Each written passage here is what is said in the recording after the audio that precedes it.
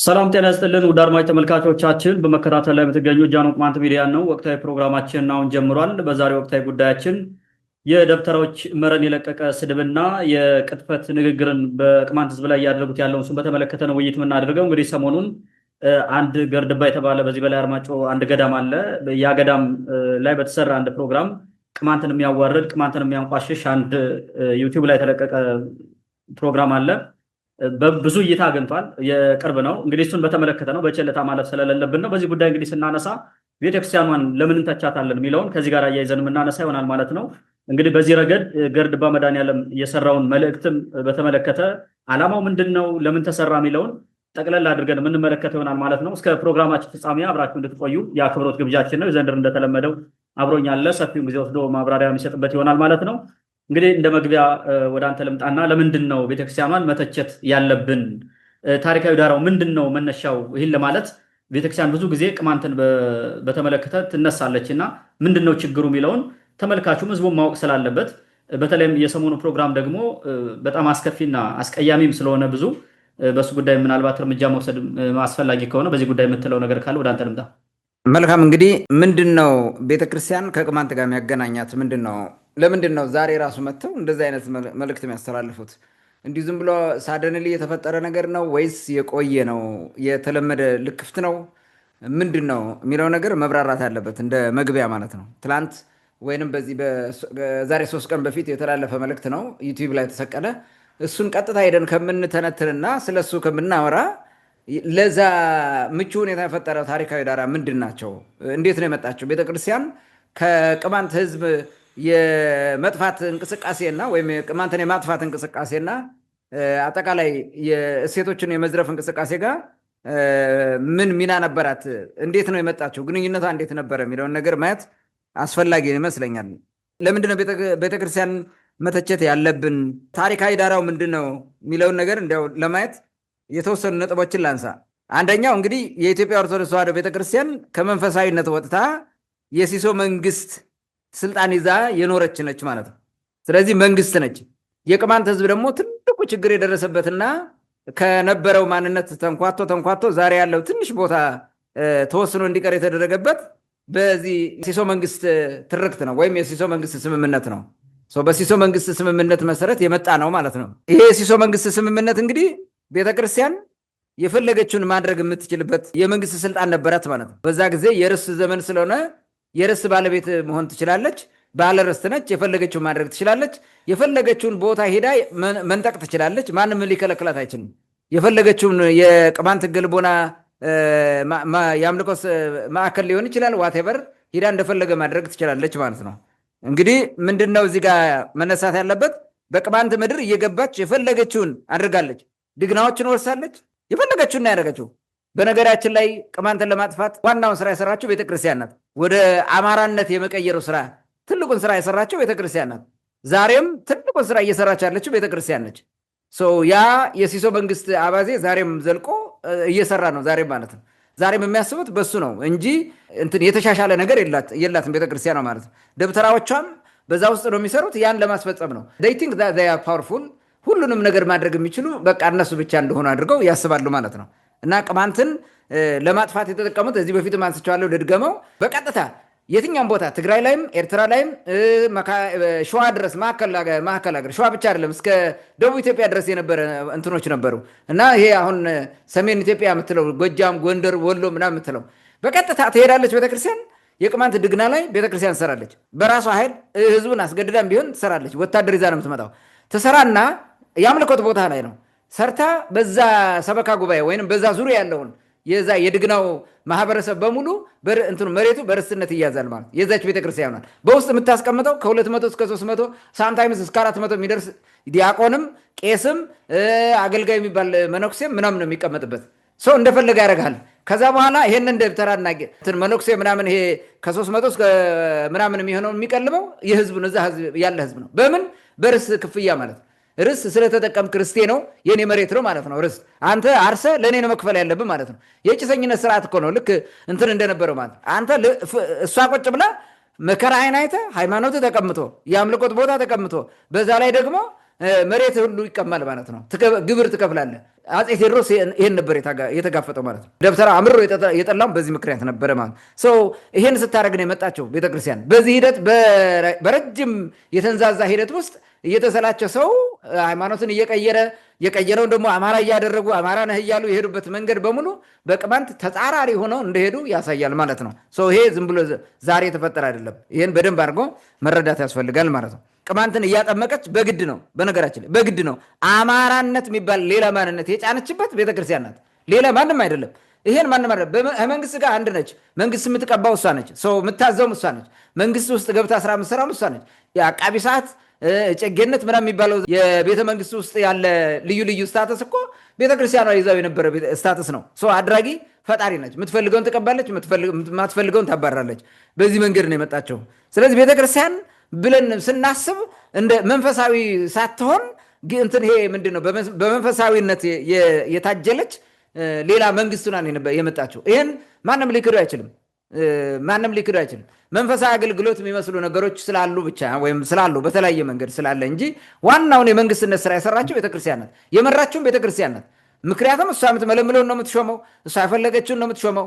ካልፈለገ ደግሞ ታወርደዋለች። ከፈለገ ህዝብ አሳምጻ የፈለገውን እያደረገች ማለት ነው። በዚህ ሂደት ስለመጣች ማለት ነው። የቅማንት ድግናዎችን በጉልበት እየወሰደች በቅማንት ላይ የርስትነት ስርዓት አድርጋ የበዘበዘችበት ታሪክ የሚረሳ አይደለም። በፍጹም ልረሳው አንችልም። ይሄ ዛሬ አሁን ብዙ ቅማንት የሚቸገረው ይሄን እየረሳ ነው። መረሳት የለበትም። ታሪክ እያዛባች ጽፋለች። በተደጋጋሚ ታሪክ እያዛባች የቅማንት የሆነውን የአማራ እያደረገች ጽፏለች። በቅማንት ላይ ያልሆነ አዲስ ትርክት ፈጠራ ጽፋለች። ያልሆነውን ነገር ነው የነገረችን። ብዙ ነገሮቻችን እንዲበላሹ፣ ታሪካችን እንዲጠፋ፣ ቅማንት አገው ተብሎ እንዲጠራ ስራውን ዋናውን ስራ የሰራችው እሷ ናት። ከጥንት ጀምሮ ማለት ቅማንት ቢባል እንዳይኖር በመጽሐፎቿ በየትኛው መንገድ ቅማንት ብላ አይጽፉም፣ ለስድብ ካልሆነ በስተቀር ማለት ነው። በፍጹም እንደዛ ብላ እንትና አይጽፉም። የውጭ ሰው ቢመጣም ምን ቢልም የሚነግሩት በቃ በዚህ የአገው ዘር የሆነ ነው ምናምን እያሉ ያወራሉ እንጂ ሪል ቅማንቱን አይናገሩም። ምክንያቱም ቅማንቱ ዘሩን አብጠርጥሮ ቆጥሮ የዘለቀ የጥንት የንግስና ስርዓትን ይዞ የዘለቀ ስቲል እስካሁን ማንነቱን አገርን ጠብቆ የኖረ ህዝብ ስለሆነ ያ እንዲጠፋ ይፈልጋል። ማንነቱ የተጠበቀ በማንነቱ የሚኮራ ህዝብ እንዲቀጥል አይፈልግም። አማራነት እውን እንዲሆን ማለት ነው። ያን ስራ ነው የሰራቸው ቤተክርስቲያን ናት ግንባር ቀደም በዚህ ማለት ነው። የቅማንትን ስም በተለያዩ መንገዶች አጥፍታለች። በተለያየ መንገድ ማለት ነው። በተለያየ መንገድ የተደረገው ነገር በጣም ብዙ ነው። ከዚህ ነው የመጡት፣ እንዲህ ነው ያሉት። መጽሐፍ ቅዱስ ላይ ባለፈው ያየናቸውን ላለመድገም ማለት ነው። ወደ 5 ወንጌል ላይ እንኳን 2 እንደዛ የተጠቀሰ ነገር አለ። የወንጌል አንደምታ ብለው የመዝሙረ ዳዊት አንደምታ እነ አለቃ ኪዳነ ወልድ ክፍል የተናገሩት አጓጉል ህዝብ፣ ሃይማኖት የተበላሸ ህዝብ ብለው የጻፉትን ሁሉ ማሰብ ይቻላል ማለት ነው። በጣም ብዙ ስራዎችን ሰርታለች በማዋረድ ማለት ነው። የቅማንትን ቋንቋ በማኮስመንና በማጥፋት ብቸኛዋ ተዋናኝ የኢትዮጵያ ኦርቶዶክስ ተዋሕዶ ቤተክርስቲያን ናት። አጥምቃ ውጉዝ ከማሪዎስ ከተመለስክ በቃ አለቀልህ ጠፋ ተብሎ ተወግዞ ነው የተጠመቀ ቅማንት አይናገርም። በዛ ጊዜ ተመልሶ ቋንቋውን አይናገርም። ለዛ ነው ህገ ልቦናን ይዘው የቀጠሉ ብቻ በህገ ልቦና ጸንተ ይዘው የቀጠሉ ሰዎች ብቻ ቋንቋውን ይዘው የቀጠሉት በዛ ምክንያት ነው። የተጠመቀው እንዳይናገር ተወግዟል። አይናገርም፣ ጸጥ ይላል። በቃ አለቀ። ስለዚህ ቋንቋህን ላለመጣል ህገ ልቦናን ይዘው መቀጠል ነው። እሱን ስታደርግ ደግሞ የሚመጣብህ ጫና በጣም ከባድ ነበረ። ቄሶቹ የቅማንት ህገ ልቦና ቄስ ወንዝ ወርዶ ቢታጠብ የጭልጋ ላዛ ምናምን የሚባል ቦታ የታጠበበት ወንዝ አርክሶታል ብለው ታቦት መጾረ መስቀል ምናምን ይዘው ልል እያሉ ቃጭል እያቃጨሉ ደወል እየደወሉ ወንዝ ሂደው ያንን ወንዝ ባርከው መጡ። እንግዲህ ባርኮተው ለነሱ ኮቴን ኮት ባረከ የሚለው ማለት እነሱ አርክሶት ካልሆነ አይበረኮትም። እርግጠኛ ነኝ አርክሶት ሄዳሉ። እንደዛ ወንዙን ማለት እንዲህ ያረጉ እያሸማቀቁ ስለነበረ የግድ ቋንቋህን እንድትጥል ሁሉ ማንነትን፣ መጠሪያህን፣ መታወቂያህን፣ የማንነት መሰረትን የሆነው እንድትጥል ስታደርግ የመጣችው ቤተክርስቲያን ነች። ሌላ ሁለተኛ ነጥብ ላንሳ ከዚህ ጋር የተያዘው ነገር ማለት ቅማንቶች ወደ ስልጣን እንዳይመጡ ከመጡም አማራ ሆነው ብቻ እንዲመጡ የደነገገች ቤተክርስቲያን ነች። ይህን ማንም ሊክዱ አይችልም። ከመጣህም አማራ መሆን አለበት። አጼ ቴዎድሮስን አማራ ለማድረግ ያልተንደፋደፉበት መንገድ የለም። አጼ ፋሲልን አማራ ለማድረግ ያልሰሩት የለም። እምቢ እኔ አማራ አይደለሁም ቅማንት ነኝ እነግሳለሁ፣ እናንተ የምትፈልጉት ግን ኦርቶዶክስ ተዋሕዶ የሚለውን ነው አድርጉ፣ በቃ ይሄ ካቶሊክ የሚባለው ትቼላቸዋለሁ፣ እኔ ግን እምነቴን ተው፣ ከኔ ጋር እንዳትመጡ ብሎ ህገ ልቦናን ተከትሎ ነው ሄደው። ቋንቋውን እንደያዘ ሳይቀየር ነው የመጣው አጼ ፋሲል ያደረገው። ግን በኋላ የሚጽፉት ሌላ ነው። በዚህ ምክንያት ተጣልተው እንኳን ብዙ መነኮሳት ሲገደሉባቸው ሚስት 2 እህታማቾችን አግብቶ ነው እንደዚህ ያደረግነው እንደዚህ ያደረገ የገደልን ብለው የሚያወሩ ማለት ነው። ፈጥረው ቢያወሩ ማለት እንዲህ አይነት ነገሮችን ሲሰሩ ነው የነበሩት። ሰሜን ተራራ የሚባለው ኖ መጀመሪያ የዮዲት ጌዴዎን አለች። ከዛ ቀጥሎ አፄ ፋሲል ይመጣል። ከዛ ቀጥሎ ቴዎድሮስ ነው የሚመጣው። አሁን ምንድን ያደረጉት መሰለ ወጥተው ተሰብስበው ከአፄ ቴዎድሮስ ሞት በኋላ ሰሜን ነው የሚባለው እንግዲህ በደባርቅ ምናምን አካባቢ ይመስለኛል የደብተራው ዘር ተሰባስበው እነዚህን ድሮ ያቺ የዮዲት ጌዴዎን የምትባል እንዲያደረገች በኋላም እነ ፋሲልና አፄ ቴዎድሮስ የሚባል እንዲህ ያደረጉን። ከዚህ በኋላ ቅማንት ነኝ ብለው የሚመጣን ወይም ይህን ቅማንት ወደ ስልጣን ያመጣ ጥቁር ውሻ ይውለድ ብለው ተማምለዋል። እንግዲህ አሁን ጥቁር ሲያካብዱት ነው። ነጭ ውሻ ወለደ፣ ቀይ ውሻ ወለደ፣ ቢጫ ውሻ ወለደ። ውሻ ነው፣ ምንም ልዩነት እኮ የለውም። ግን ጥቁር ውሻ ይውለድ ተባብለው የተማማሉት እነዚህ ናቸው። ዛሬም ቅማንትን ለመቅበር የሚሰሩት በዚህ መሀላቸው ምክንያት እንደሆነ ማወቅ አለብን ማለት ነው። በዘመነ ኃይለ ሥላሴ ቅማንቶችን ከጎንደር ከተማ ውስጥ ቤት እንዳይሰሩ፣ ቤት እንዳያገኙ፣ በፍጹም መሬት እንዳይሰጥ። ምክንያቱም የማዘጋጃ ቤት የምትመራው ቤተክርስቲያን ነበረች። ቤተ ክህነት ነው የሚያስተዳድር የነበረው። ይህን አድርጋ ነው የሄደችው ቤተክርስቲያን። ቅማንትን በማጥፋት ትልቅ ስራ የሰራች ነች። ይህን እንዴት ነው የምናልፈው? ዛሬ ላይ ሲደገም ማለት ይሄ ባይደረግ ኦኬ፣ ዛሬ ባያደርጉት የቅማንትን ህዝብ ለይቶ ማጥፋት እኔ ለሃይማኖት የምሰብከው እያለ በቅማንት ጉዳይ ጎንደር ሲሰበሰብ የነበረ ደብተራ ዛሬም እየተሳደበ ባለበት ቤተክርስቲያን አትነቀፍም አይባልም። ትነቀፋለች በደንብ ሜይ ቢ በኋላ እናነሳው እችላለሁ። ስለዚህ ይህን ስታደርግ ነው የነበረችው። በዘመነ ኃይለ ሥላሴ የተደረገው የሚካድ አይደለም። ቤተክርስቲያን የሰራችው ለአከ ማርያም የሚባል ተንከሲስ ሰው እየተልኮ አይደል እንዴ ያስገደደ ያን ሁሉ የሰራው ማለት ያን ሁሉ ነገር ያደረገው ድግናዎቻችን የቀሩትን በሙሉ ያጠፋ እኮ እሱ ነው። አጥፍቶ ስራውን የሰራው ማለት ነው። ይህን ልንዘነጋው አይገባንም። ሌላው የፋርጣው ማህበር ቅማንትን ዛሬ ድረስ እየተደራጀ የሚያሳድደው በጽዋ ማህበር ተደራጅቶ ነው። የማርያም ማህበር ነው አብዛኛው የሚሰበሰቡት። የማርያም ማህበር ብለው ነው የሚሰበሰቡት። በዛ ነው የሚደሰኩሩት እንትን የሚሉት። ከበስተጀርባ ቤተክርስቲያን አለች።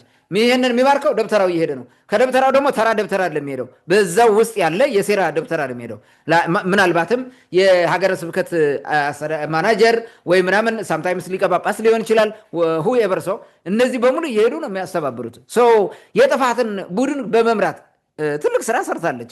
ይህንን ልንረሳው አይገባም። አፄ ቴዎድሮስ በጉልበቱ ወደ ስልጣን ሲመጣ ትልቁን አሻጥር የሰራችው ቤተክርስቲያን ነች። ቤተክርስቲያን ለምን ትላለህ? ቤተክርስቲያን አይደለም እዛ ያሉ ደብተራዎቹ ናቸው የሚል ጥያቄ ከተነሳ ለምን አላወገዘችም? ይሄን አውግዘዋለች። ይኸኛውን ቤተክርስቲያን እንዲህ መሆን ትክክል አይደለም እንዲህ ማድረጉ ብላ አውግዘዋለች። ሲጀመር በአዋጅ እኮ ነው እኔ ነኝ የምቀባው እኔ ነኝ ማነግሰው ብላ ነው የሄደችው። የምታነግሰው ምን የምትለው እሷ ነች። ያንን ነው የሰራችው።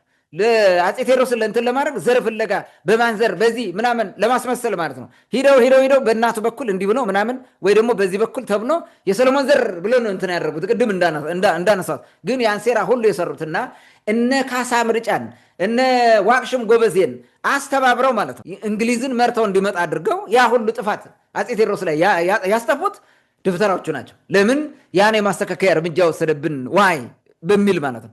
ከርሳቸው ስለቀረ ማለት ነው። አንድ ቤተክርስቲያን እስከ 500 የሚሆን ደብተራ ተጠራቅሞ ዝም ብሎ ይበላል ሳይሰራ ማለት ነው። በርስ በምን እያለ ስለሚበላ ይህን ሲያስተካክል ነው የተጣሉት ማለት ነው። ቤተክርስቲያን ትልቅ እርምጃ ወስዳለች። ሲሶ መንግስቴን ተቃውመሃል ነው አፄ ቴዎድሮስ ላይ የተወሰደው እርምጃ ማለት ነው። ሌላው አፄ ፋሲለደስ ወደ ስልጣን በመምጣቱ ያልሰሩበት ግፍ አልነበረም። አፄ ቴዎድሮስ ላይ ማለት እንትና አፄ ፋሲል ወደ ስልጣን ሲመጣ ያልሰሩበት ግፍ የለም። እሱ ተንከባለው ራሱ በኋላ የሚመጣ እንትን አለ ሌላ ቦታ ራሱ የሚነገር ማለት ነው። አፄ ፋሲል ሃይማኖትን የህገ ልቦናን እንደያዘ ስለሆነ ኢቭን የወንበር ስርዓቱን እዛ ውስጥ ስላስገባ ቤተ መንግስቱ ስር የጸሎት ስርዓት ስለነበረ በዚህ እጅግ በጣም ይጠሉት ነበረ ደብተራ ነን ያሉ ሰዎች ማለት ነው። እንደዛ አድርገው ስራ ሰርተዋል። ኢቭን ገድሉ ራሱ ይሄ ምንድነው ዜና መዋሉ እንዳይገኝ ደባብቀው በቅማንተኛ የተጻፈውን በቋረኛ የተጻፈውን ሰውረው ደብቀው አጠፍተዋል እኮ እንዲጠፋ አድርገዋል። ይሄን ያደረገችው ቤተክርስቲያን ነች። ታሪክ እንዲጠፋ እየሰራች ስለመጣች ማለት ነው። በእቴጌ ምንትዋብ ዘመን በስልጣን ዘመኗ የተደረገውን ባለፈው ያቀረብነው ዝግጅት አለ። እሱ ጋር ያደረጉትን መንግስት የመገልበጥ እቴጌ ምንትዋብን የመገልበጥ ስራ ከባድ ስራ ነው የሰሩት። እሷን የማጣጣል የማዋረድ የማበሻቀጥ ስራ የሰራው ደብተራ ነው። ሲመራት ዳቢሎስ ሴት ያውቃልን? ታዲያ ዳቢሎስ ሴት ካላወቀ ወይም ከሴት ካልወለደ ደብተራ ማን ወለደው ብላ የተናገረችው ያን ክፋቱን ስላየችው ነው። ትልቅ ክፋት አድርገው ሲሰሩ ነበረ። በተመሳሳይ ሌላ ደብተራ ነበር በዛ ዘመን ተዋናኝ የሚባል ጎጃም ላይ የነበረ ደብተራ አጋንንት እየጠራ በአጋንንት ፈረስ ከአንድ ቦታ ወደ አንድ ቦታ የሚመላለስ ማለት ነው። ከዚህ በፊት ሳነሳው የነበረውን አፄ በካፋን የምንትዋብን ባል ማለት የቋረኛዋን ባል እሱ በአጭር 9 ዓመት ምናምን ነው የቆየው። አይ ቲንክ 9 ዓመት ወይ 12 ዓመት ከዛ በላይ አልቆየም። በወጣትነቱ ነው የሞተው። በዚህ ሰውዬ ተንኮል ማለት ነው። በዚህ ሰውዬ ተንኮል አጋንንት አስጋልባለሁ ብሎ እንትን አድርጎት ያው የዋ ስለሆነ ሲመለስ በሆነ ነገር የሆነ ነገር አበላሸ፣ አታድርግ የተባለውን አደረገ፣ ከስክሶ ገደለው። ኢቭን ከዚህ በፊት የሚተረኩት ትርክት ምን እንደሆነ ታውቃለህ? እየተሰወረ ሂዶ የንጉሥ ምግብ ይበላ ነበረ፣ ኢቭን ከሚስቱ ጋር የተኛ ነበረ ምናምን ሁሉ እያሉ ይደሰኩራሉ። አድርጎ ሊሆን ይችላል ደብተራ የሚያረጉን። ለዛ ነው ደብተራ አባቱ ማን ነው? ሰይጣን ዳቢሎስ ነው ወይስ ሰው ነው ያለችበት ምክንያት ለዛ ነው። ብዙ ስራ ነው የጥፋት እንቅስቃሴ የጥፋት ስራ የተሰራባት ነው በአፄ ምንትዋብ ላይ። እነዚህ ቋረኞች ተብሎ ቆራጣ ቅማንት እየተባለ እየተሰደበ ውስጥ ለውስጥ እየታማ ነው። እትዬ ምንትዋብ ወደ ስልጣን በመጣችበት ጊዜ በእንትና ቋረኛው እያሱ ጋር ያኔ ያ ሁሉ 2 ጊዜ የተደረገው መንግስት የመገልበጥ እና ያ ሁሉ ጦርነትና ህዝብ ማለቅ የተካሄደው በዚህ ምክንያት ነው። ደብተራው የሚፈልገውን ነው አምጥቼ ስልጣን መሰጥ በሚል ምንትዋብን ማባረር አለብን ብለው ነው። እነዚህን ማየት ያለብን ይመስለኛል። ሌላ 3ኛ ነጥብ ላንሳ። እንግዲህ በዘመናዊ ወቅት ወይም አሁን ሞደርን ታይም የምንለው ቤተክርስቲያን ከቀደመ የሴራ ተግባሯ አልተመለሰችም። ያንኑ እየሰራቸው ነው። አቶ ነጋ ጌጤ የቅማንት ታሪክ የሚል መጽሐፍ ሲጽፍ ቤተክርስቲያኗ ጠርታ ያዙኝ ልቀቀኛ ያለችው እሱን ማለት ነው። ለምን እንዲጻፍ ከያዘው ልቀቀው ቃው ታረጉት አፄ ነጋ እንትና ማን ነው አቶ ነጋ ጌጤ ሲመራው ከእናንተ ጋር ከምነዛነዝ ብሎ ወደ ፕሮቴስታንት ሃይማኖት ሄደ። ከዛ በኋላ ተውት አለቀ፣ ትቷቸው ሄደ ማለት ነው።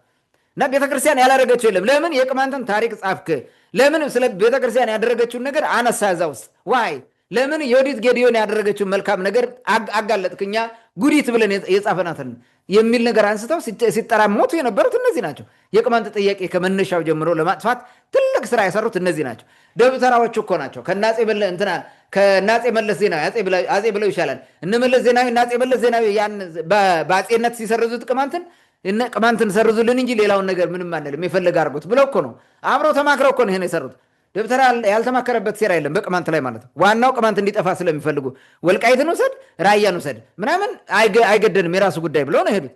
የተጣሉትም ቅማንቱ ማንነቱን ሲመልስ እንዴ ያገባነውን ቃል ኪዳን እንዴት አጥፋችሁ ቅማንቱ እንዴት ተመልሶ ማንነቱን ያስመልሳል ብለው ነው የተጣሉት ከወያኔ ጋር። ዛሬም ድረስ የሚጋደሉት በዛ ምክንያት ነው።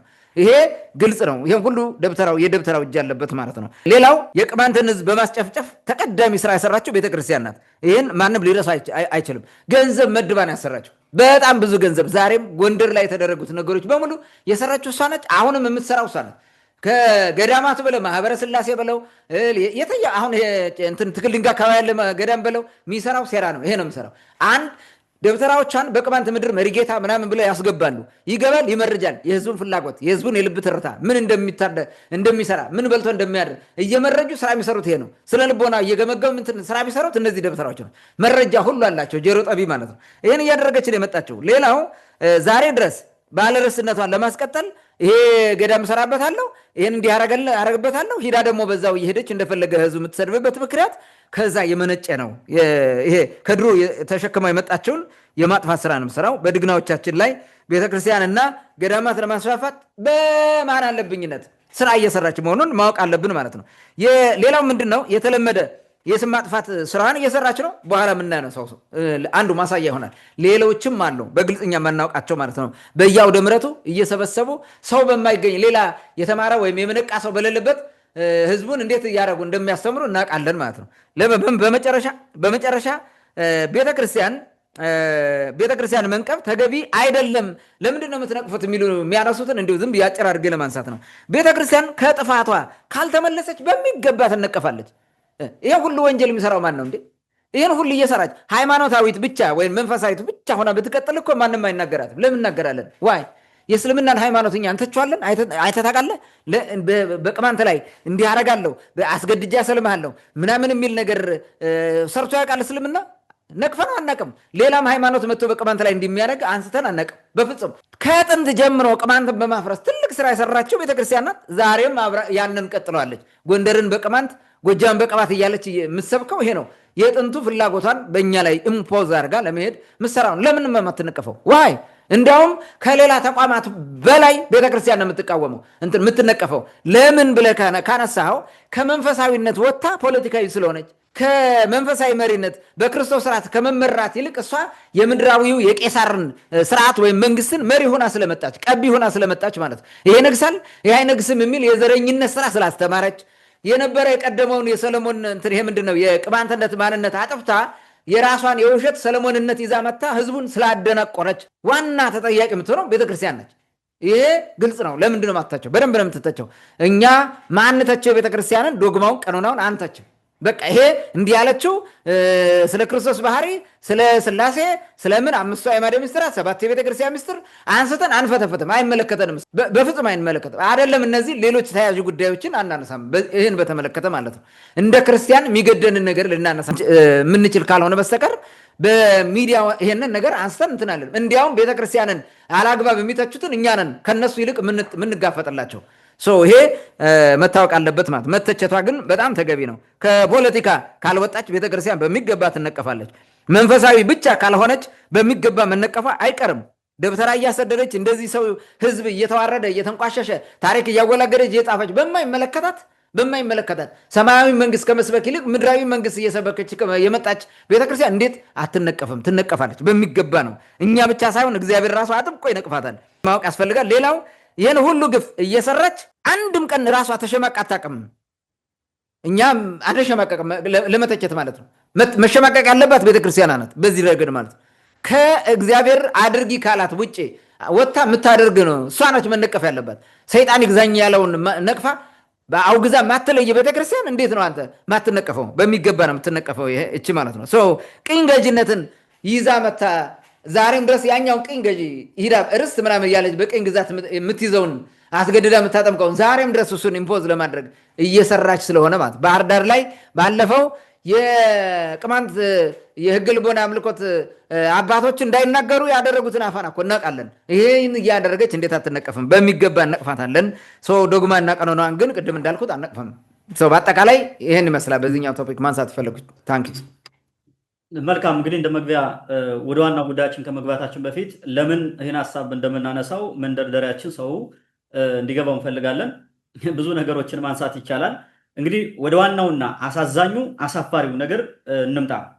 ከቀናት በፊት አንድ ዩቲዩብን ስሙን ረሳሁት አላውቅም፣ ገርድባ መድኃኔዓለም ገዳም የተባለው ቤተክርስቲያን እዛ ከላይ አርማጭሆ ከከተማው ከትክል ድንጋይ ከተማ የተወሰነ ወረደ አርሴማ የሚባለውን ገዳም ወረደ። ልክ ከኢትዮጵያ ካርታ የሚባል ድንጋዩ የሚታወቀው ብዙ ሰው የሚያውቀው ከዛ ሳትደርስ ወደ ግራ በኩል ወደ ላይ ወደ አይነቱ ጫፍ ወደ ተራራው የምትወጣበት ላይ አንድ ገዳም አለ። ገርድባ የሚባል ገዳም ነው። መድኃኔዓለም ቤተክርስቲያን ነው። ቤተክርስቲያኑ እንዴት እንደተተከለ ለምን እንደተተከለ ሌላ ጊዜ እንመጣበታለን። መድኃኔዓለም የሚለውን ጽላቱን ራሱ እዛ ለምን ማስገባት እንደፈለጉ የምናውቀው ሌላ ብዙ ነገር አለ። ምክንያቱም ከዛ አካባቢ ያሉ የቀደምት ቤተክርስቲያናት እንደ ሹማራ ሚካኤል ምናምን እንደዚህ ገዳማት በበዙ ቁጥር ጸብ ያነሳሉ። ብዙ ጊዜ ይጣላሉ እርስ በርሳቸው። ለምንድን ነው ታቦት የሚበዛው? ለምንድን ነው ቤተክርስቲያን የምታበዙት? የሚሉ አሉ። ግን ሲጣሉ ተገንጥሎ የወጣው ቡድን ሁሌም የሆነ ቦታ ይዞ የአካባቢ ማህበረሰብ እያፈናቀለ ቤተክርስቲያን ይሰራል። ይህን እናውቃለን። ለምሳሌ ገርድባ የሚባለው ሲሰራ የአካባቢው ማህበረሰብ አንፈልግም ብሎ ከከተማው ነው ሰውን እያስተባበሩ ወስዶ ያሰሩት። በነገራችን ላይ እኛው ላይ ሂጄ ስለማቀኔም እና ከዚህ ወደ ዋናው ነገር ስመጣ በዚህ ገዳም ስም እዚህ ገዳም ቤተክርስቲያን ለመስራት ያስተላለፉት አንድ በዩቲዩብ ጥሪ አለ። በጣም ያሳዝናል። ያንን በዝርዝር ስለምንመጣበት እንግዲህ ገርድባ የሚለው ራሱ ቅማንተኛ ቃል እንደሆነ ማንም ሰው ነው የሚያውቀው። የጥጃ ተራራ ነው። ጥጃ ተራራ እንደዛ ነው። ቅራት ምናምን የሚሰራበት ቦታ ነው የነበረው። ብዙ ጊዜ ከማህበረሰቡ ወጣ ያለ ቦታ ነው። መንደር የለውም። ትንሽ ራቅ ያለ ስለሆነ በዛ አካባቢ ሰው ይሰበሰባል። ክረምት ያሳልፋል እዛ አካባቢ እና ያን ቦታ ሂደው ይዘውታል። የአካባቢው ማህበረሰብም መሬቱን እየገዙ እየሰበሰቡ ነው ያለው አሁን ያለው ማለት ነው። ሰው ጥያቄ እያነሳ ነው ያለው፣ የሚሰማው ግን የለም። ወደዚህ ጉዳይ እንምጣና እንግዲህ አጠቃላይ በገዳሙ የተላለፈው መልእክት ምንድን ነው የሚለውን ወደ አንተ ላምጣውና ማስረጃውን ሁሉ አቅርበን ይህን ጉዳይ በጥልቀት ማየት ያለብን ይመስለኛል። መቀጠል ትችላለን። ኦኬ፣ እንግዲህ ወደ እንትኑ ከመግባት አሁን ይሄንን ለመተቸት ወይንም ያቀረቡትን እንዲሁ ዝም ብሎ ዲስክራይብ ለማድረግ እና በኋላ የሰላ ትችት ለማቅረብ መጀመሪያ ሰዎቹ ምን የሚል እንዳለው እንስማው። ምንድን ነው ያለው? ቪዲዮን የመጀመሪያውን 8 ደቂቃ የሚሆነውን እንዳለ እንስማው። ግዴታ መስማት ያስፈልጋል። እሱን ይሄንን ከሰማን በኋላ እናብራራዋለን። ዛሬ ለዘንዶ ፍየልና ዶሮ የሚገበርበት ቦታ እንሄዳለን። ቦታው ከአዲስ አበባ 764 ኪሎ ሜትር ላይ ይገኛል። የሚገርመው ደግሞ ቦታው ላይ ስንደርስ ባየነው ነገር ደንግጠናል። ምን እንደገጠመን በዚህ ቪዲዮ እናያለን። እስከ ቪዲዮ መጨረሻ አብራችሁን ቆዩ። በዚህ ታሪካዊ ከተማ በተራራና በገደል መካከል ተደብቆ በአንድ ወቅት ለጨለማ ይገዛ የነበረ ቦታ ነበር። ይህ ቦታ ከረጅም ጊዜ በፊት ደወል ከመጮሁ በፊት ከጸሎት ቦታነቱ በፊት እዚህ ሌላ ነገር ነበር፣ የሚፈራ ነገር። ዘንዶ እንደ ደራጎን ጽህም ያለው ዘንዶ የተራራው ይከሰት ነበር። በሚገርም ሁኔታ ያው ከአባቶች ትውፊት ስንሰማ ውሻ ገሏል። እዚያ ይሰራል አብሮ ከተከተሉ ከሄደ በዚህ አካባቢ ነው የጌታው ጋር ውሻ ተከትሎ ቢሄድ ውሻውን ገሎታል። እዚያው ጠቅ አደረገው መርዝ፣ እዚያው ሞተ እዚያችሁ። እና ዘንዶው ወደ ወንዙም ይወርድ ነበር። ታች አሁን ጸበሉ ነዋል። ወደ ወንዙ ይወርድ ነበር። ጀሪኩራ ይባላል ወንዙ። እዚያ ይወርዳል ይወጣልም። በጣም ተራራው ቅድም እንደተጠቀስኩት በኃይለ ሥላሴ ዘመነ መንግስት ብዙ ህፃናትን አዋቂዎችን ቀስፏል። ለምን ሲባል ወደ ተራራው ብቻ መጣት አይቻልም። ብቻውን የመጣ ሰው በመናፍስት በርኩሳን መናፍስት ተረክፎ ለሕክምና ለጸበል አይደርስም። ወዲያው ነው ጠቅም ያደርገው። በሚገርም የወንድማማች ልጆች ዲያቆኖች ነበሩ። ከመቅጽበት እንደ ዛሬ ታመሙ ተብሎ ሳይጠየቁ ማለት ነው ወይም ሕክምና ሳያገኙ ተቀስፈዋል። ከአንድ ቤት ቢያንስ እስከ 3 እስከ 4 ትውልድ የሚቀስፍ ተራራ ነበር። ወደ ወንዝም ከተወረደ ወንዝ ብቻ መሄድ አይቻልም። እንደውም ብቻ አይደለም ከወንዝ ብቻ ሊሄድ አልፎ የሚሄድ ሰው ከወንዙ አይታጠብም። ከታጠበ ይለከፋል ነው። ለዚህ ዘንዶ የአካባቢው ነዋሪዎች ግብር በማለት ፍየሎችን፣ ዶሮዎችን እያመጡ ይሰውለት ነበር። በተለይም በግንቦት ወር ነጭ ፍየል በማምጣት ይሰጡታል። ገዳሙ ከ2012 ዓመት ከመመስረቱ በፊት ማለት ነው አምልኮ ባዕድ ሲፈጸምበት ነበር። ይህ ማለት የአካባቢው ማህበረሰብ ወር በገባ የመባቻ እንዲሁም አበይት በሆኑ በዓላት እንደ ዳር ሚካኤል እንደ ሰኔ ሚካኤል ባሉት ቀናት የእንስሳት መስዋዕት ያቀርብ ነበር። ያው ዶሮ አመተው ያርዳሉ፣ በግ አመተው ያርዳሉ። የጣዖት ቦታ ነው ነበር የተራራ። ስለዚህ የጣዖት ቦታ ከመሆኑ ባሻገር ደግሞ ያው ከጣዖት ቦታ የሚገኘው ደግሞ የጣዖት የዲያብሎስ ሰራዊት ነው። ፀሐይ ሙቀቷን ሳትሰስት የምትሰጥበት የበጋው ወራት ለአካባቢው በጣም አስቸጋሪ ሲሆን በክረምቱ ደግሞ ድንጋይ የሚያህል በረዶ ከሰማይ እየወረደ ብዙ ጥፋትን የሚያደርስ ነበር። ክረምት ገባ በረዶ ነው በቃ የሚዘንበው። የበረዶ ድንጋይ ነው በቃ የሚወርድ። በቃ ክረምት ገባ በረዶ ብቻ ነው። የአካባቢው አርሶ አደር በቃ አይጠቀም። ተስፋ ሳይቆርጥ ግንቦት ላይ ያርሳል፣ ይዘራል። መከር ግን የለውም። ውድማ አይፈቅም። በበረዶ ነው የሚጠፋ። ብዙ ፈተና ነው የአካባቢ ሰው ብዙ ፈተና አሳልፏል። ብዙ ችግር አሳልፏል። ወልዶ አዘንተኛ ነው። ወልዶ መቅበር ነው የነበረ። በጣም አስቸጋሪ ተራራ ነው የነበረ። ታሪክ ግን በጨለማ አያልቅም። አንድ ቀን አንድ ሰው ወደዚህ ቦታ መጣ። አንድ አባት በጦር መሳሪያ ሳይሆን በቃሉ፣ በማስፈራራት ሳይሆን በጸሎት እንኳን ሰው አእዋፍ እንኳን ለመኖር በሚፈሩት ተራራ ላይ መጥቶ መስቀልን ተከለ። በጾምና በእምነት የዘንዶውን እጀታ ሰበረ። ፍርሃት በነገሰበት ተራራ ላይ ቤተክርስቲያንን ሰራ። የዘንዶውን ቦታ አዳይም ቦታ ሆነ። እዛ አባ ገብረ ኢየሱስ የሚባሉ አባት ይህን ታሪክ አዳመጡ፣ ሰሙና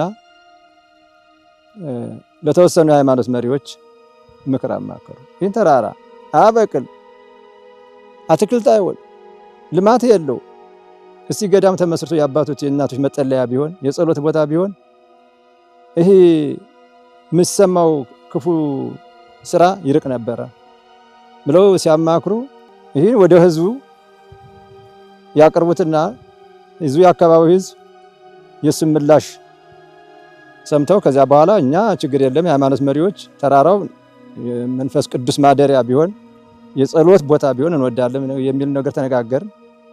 ታች ወደ ህዝቡ አወረዱት። ህዝቡ ፈቀደ። ህዝቡ ሲፈቅድ ግና በሚገርም ሁኔታ ሌላ ታቦት ከሆነ አንፈቅድም፣ መድኃኔዓለም ከሆነ ፈቅደናል አለ ህዝቡ። በሚገርም ሁኔታ መድኃኔዓለምን የምትመሰርቱት ከሆነ ተራራውንን የወልድ መሬት ተጠቃሚ ነበርነ፣ መድኃኔዓለም ይረፍበት፣ ችግር የለውም። እኛ ከጠባባ መሬት ብዙ በረከት እናገኛለን፣ ተራራውንን ለመድኃኔዓለም ብለው ፈቀዱ። እዛ መድኃኔዓለምን ሲፈቅዱ አባታችን እሺ ብለው ተመለሱ። ለሚመለከተው አካልም ለወረዳ ቤተ ክህነት አስፈቀዱ። 2012 በታኅሳስ ወር ታኅሳስ 27 ቀን ተመሰረተ። ከዚያች ቅጽበት ጀምሮ ምድሪቱ ተለወጠች። አሁን በዚህ ቦታ ማልቀስ የለም፣ ጸሎት፣ ዝማሬ ብቻ። መነኮሳቱ፣ ካህናቱ፣ ዲያቆናቱ መጡ። ህዝቡም ከአሁን ከሰማይ በረዶ ወርዶ የሰራውትን አጠፋብኝ የሚለው ጭንቀቱ ተፋ። ምክንያቱም የመድኃኔዓለም ታቦት መጥቷልና። እንግዲህ ቪዲዮ ላይ እንደሰማ ነው ያስተላለፉት መልእክት። ባለ ቪዲዮ እንግዲህ አርያም ሚዲያ የሚባል ነው። አርያም ሚዲያ ነው እንግዲህ ያው በቤተ ክርስቲያን ስር የተፈለፈሉ በቤተ ክርስቲያን ስም እንደዚህ አይነት ስራ የሚሰሩ ሌላ ስራ መስራት ስለማይችሉ ነው። ባይ ዘ ወይ ሌላ ስራ ሰርቶ የሚታይ ነገር ኮንቴንት ክሬት ማድረግ አይችልም ማንም ዩቲዩበር። ግን በቤተ ክርስቲያንም በዚህ በድብትርና ዓለም የፈለገውን እየሄደ እንትን ያገኛል፣ ይቀርጻል፣ እየቀረጸ ማስተላለፍ ይችላል እንደ ልቡ ማለት ነው። ፕሮዳክቲቭ የሆነ ስራ መስራት አይችልም። ችግሩ እሱ ነው።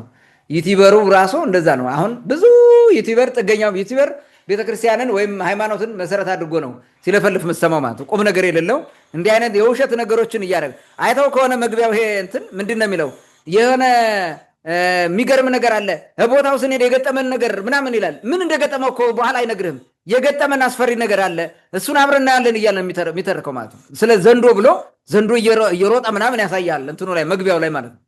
የሚገራርም ሴራ ነው የሚሰሩት ማለት ነው። እንዲህ አይነት ጥገኛ ዩቲዩብ የቲክቶክ ምናምኖችም ተቀላቢዎችም መጥተው እንዲህ አይነት ስራ ይሰራሉ በዚህ ገዳም ማለት ነው። እነዚህ ደግሞ ገንዘብ ነው የሚፈልጉት ተጨፍነው ማለት ነው። ሰይጣንም መጥቶ ገንዘብ እሰጣቸዋለሁ ቢላቸው አይመረምሩትም። እሺ ብለው ነው የሚሄዱት፣ ይቀበሉታል። ለምን? ከርስ ነው ዋናው። ገዳም የሚሰራው በዚህ ዘመን ለከርስ ነው። ቤተክርስቲያን የሚሰራው በዚህ ዘመን ለከርስ ነው። ቸግሮት ምዕመኑን ለማስቀደስ ተጣቦ ችግሩ ሆኖበት ገዳም ለመስራት ቤተክርስቲያን ወይም ገዳም ለመስራት እንትን የሚደረገው የለም፣ ውስን ነው። ሆን ተብሎ ነው ይሄኛው ማለት ነው። ለከርስ ነው የሚያደርጉት ማለት ነው። ገዳሙ ከመመስረቱ በፊት ከረጅም ጊዜ በፊት ዘንዶ ይመለክ ነበረ ነው የሚሉት። ተመልከት እንግዲህ ዘንዶ ይመለክ ነበረ። በኢትዮጵያ ታሪክ ዘንዶ ቅማንት ውስጥ አሁን ቅማንት ዘንዶ ያመልካል የሚል የትም ቦታ ተጽፎ አግኝተን አናውቅም እስከ ዛሬ ማለት ነው። የትኛውም ቦታ ቢሆን ማለት ዘንዶ ይመለክ ነበረ እዛ ቦታ ይላል። እንግዲህ ይሄ አይነት ውሃ ኪዳነ ምሕረት ነው ዘንዶ የሚመለከው ማለት መቼ? ከቀደም ብሎ በዘመነ ኃይለ ሥላሴ ሁሉ ነበር ይላል። ይህንን የዘንዶ አምልኮት ስርዓት ብሎ ማለት ነው። ያው እንደሰማ ነው ማለት ነው። እንደ ደራጎን ፂም ያለው ዘንዶ ነበረ ይላል። ዘንዶው ውሻውን በመርዝ ወግቶ ገደላት ይላል። ዘንዶ መዋጥ ነው እንጂ በመርዝ መግደል አለው እንዴ? እባብ ነው እንዴ ዘንዶ? ዘንዶ እኮ መርዝ የለውም። ይይዛል፣ ይውጣል ማለት ነው። አሽቶ ሰባብሮ ይውጣል። በቃ ስትሞት ይውጣል። እንደዛ ነው። ውሻዋን ነደፋት፣ ሞተች ያለ ሰውየው ደግሞ አብሮ ነበር ሳይነካው ቀራል። የፈጠራ ስራ ዝም ብሎ ማለት ነው። ገድል እንዲያደርጉ ነው የሚጽፉት የብዙውን ማለት ነው። የወራ ዶሮ ታሪክ አኩኩንዱ ማለት ነው። እኔን የበላ ይነግሳል ምናምን የሚለው ትርክት ገድለ ተክለ ሃይማኖት ላይ ያለው ተመሳሳይ እኮ ነው። ይህን እኮ ገድል እኮ ነው እንደሚሰሩት ማለት የውሸት ማለት ነው። እና እንደዚህ አይነት ነገር አወሩ። ዘንዶው ጃኒኩራ የሚባል ወንዝ አለ፣ እንትን ጀሪኩራ የሚባል ማለት ነው ወንዝ አለ። እንግዲህ ትንሽዬ ነገር ነው። እሱ ወርዶ ውሃ ይጠጣ ነበረ። እሱ የሚጠጣበት ቦታ አሁን ጸበል ሆኗል አለ። እንግዲህ ገድል ሲያመጣ ማለት ነው። እና ይላል ሲያካብዱት ማለት ነው። እዛ ወደዛ ወንዝ ብቻውን የሚሄድ ሰው አልነበረም። ወደ ወንዙ ማለት ነው ብቻውን የሚሄድ ሰው አልነበረም። ከወንዙ ውሃ አይጠጣም። አልፎ የሚሄድ ሰው መጠጣት አይደለም እግሩን እራሱ አይታጠብበትም ወንዙ ነው የሚለ እንዲህ ብሎ ያወራሃል ማለት ነው። ልብ በል አሁን ሰይጣን ካለበት ቦታ አንድ ሰው ሆነ ሄድክ፣ ሁለት ሰው ሆነ ሄድክ፣ ሶስት ሰው ሆነ ሄድክ፣ ምንድን ነው የሚከላከለው? የሚከላከለው መንፈሳዊነት ነው ወይ መንፈሳዊ ውጊያ ነው? የልብ ቅንነት ነው የሚከላከለው ወይስ ሰው ነው የሚከላከለው? ስጋ እንዴት ሆነ ነው? በግሩፕ 1000 ሆነ ብትሄድስ እንዴት አድርገህ ትከላከላለህ? መንፈስ እኮ ነው። መንፈሳዊ ሆነ ነው ሰይጣን የምትታገለው። በጣም የሚያሳዝነው ግን ሁለት ዲያቆኖች አንድ ቤተሰብ ሁለት ዲያቆኖች ሞቱ አለ። ድቁንናው ከንቱ ነው ማለት ነው። የሰይጣንን የማይከላከል ድቁንና ነው ማለት ነው። እዛ ሂዶ መንፈስ ወጋቸው እዛ ተራራ ላይ ምናምን ብሎ ይሰብከናል ማለት ነው። እንዲህ አይነት ነገሮችን አንስተው በጣም ዘግናኝ የሆነ አሳፋሪ የሆነ ቪዲዮ ሰርቷል ማለት ነው። በጣም ነው የሚገርመው። ብቻውን የመጣ ሰው በእርኩስ መንፈስ ይነደፋል፣ ወዲያው ነው የሚሞታው። 2 ዲያቆናት ሙተዋል። አሁን እንዳልኩ ማለት ነው። ከአንድ ቤት በርካታ ትውልድ ሙቷል። ድሮ ትውልድ በቃ ሁሌ ሰው መቅበር ነው። በረዶ እንደ ድንጋይ ነበር የሚወርድብን። በረዶ ተመልከት እንግዲህ። ማን ነው በረዶ የሚያወርደው? ደብተር አይደለ እንዴ? ክርስትና ከመጣ በኋላ እኮ ነው በዛ አካባቢ በረዶ ጠባቂ ምናምን የሚባል ተፈጥሮ ከነሱ የተማረው ማለት ነው። ከዚህ ደብተራ የተማረውን በረዶ እያመጣ እንትን እያደረገ ከሰይጣን ጋር ሆኖ አካባቢ የሚያጠፋው በረዶ ወርዶ አያውቅም ይላል። ቅርብ ጊዜ አይደለ እንዴ በዚህ በእንትን ማን ነው የሚባለው በሎሚየ ሚካኤል ያ ሁሉ አንድ ከባቢ ሙሉ በሙሉ የወደመበት ሰው ጨዋታው ወደ ምን ማስጠጋት እንደሆነ አስበው። ማንን ብሌም ለማድረግ እንደሆነ ማለት ነው። እዛ ያለ እርኩስ መንፈስ ነው ይሄን ሁሉ የሚያደርገው።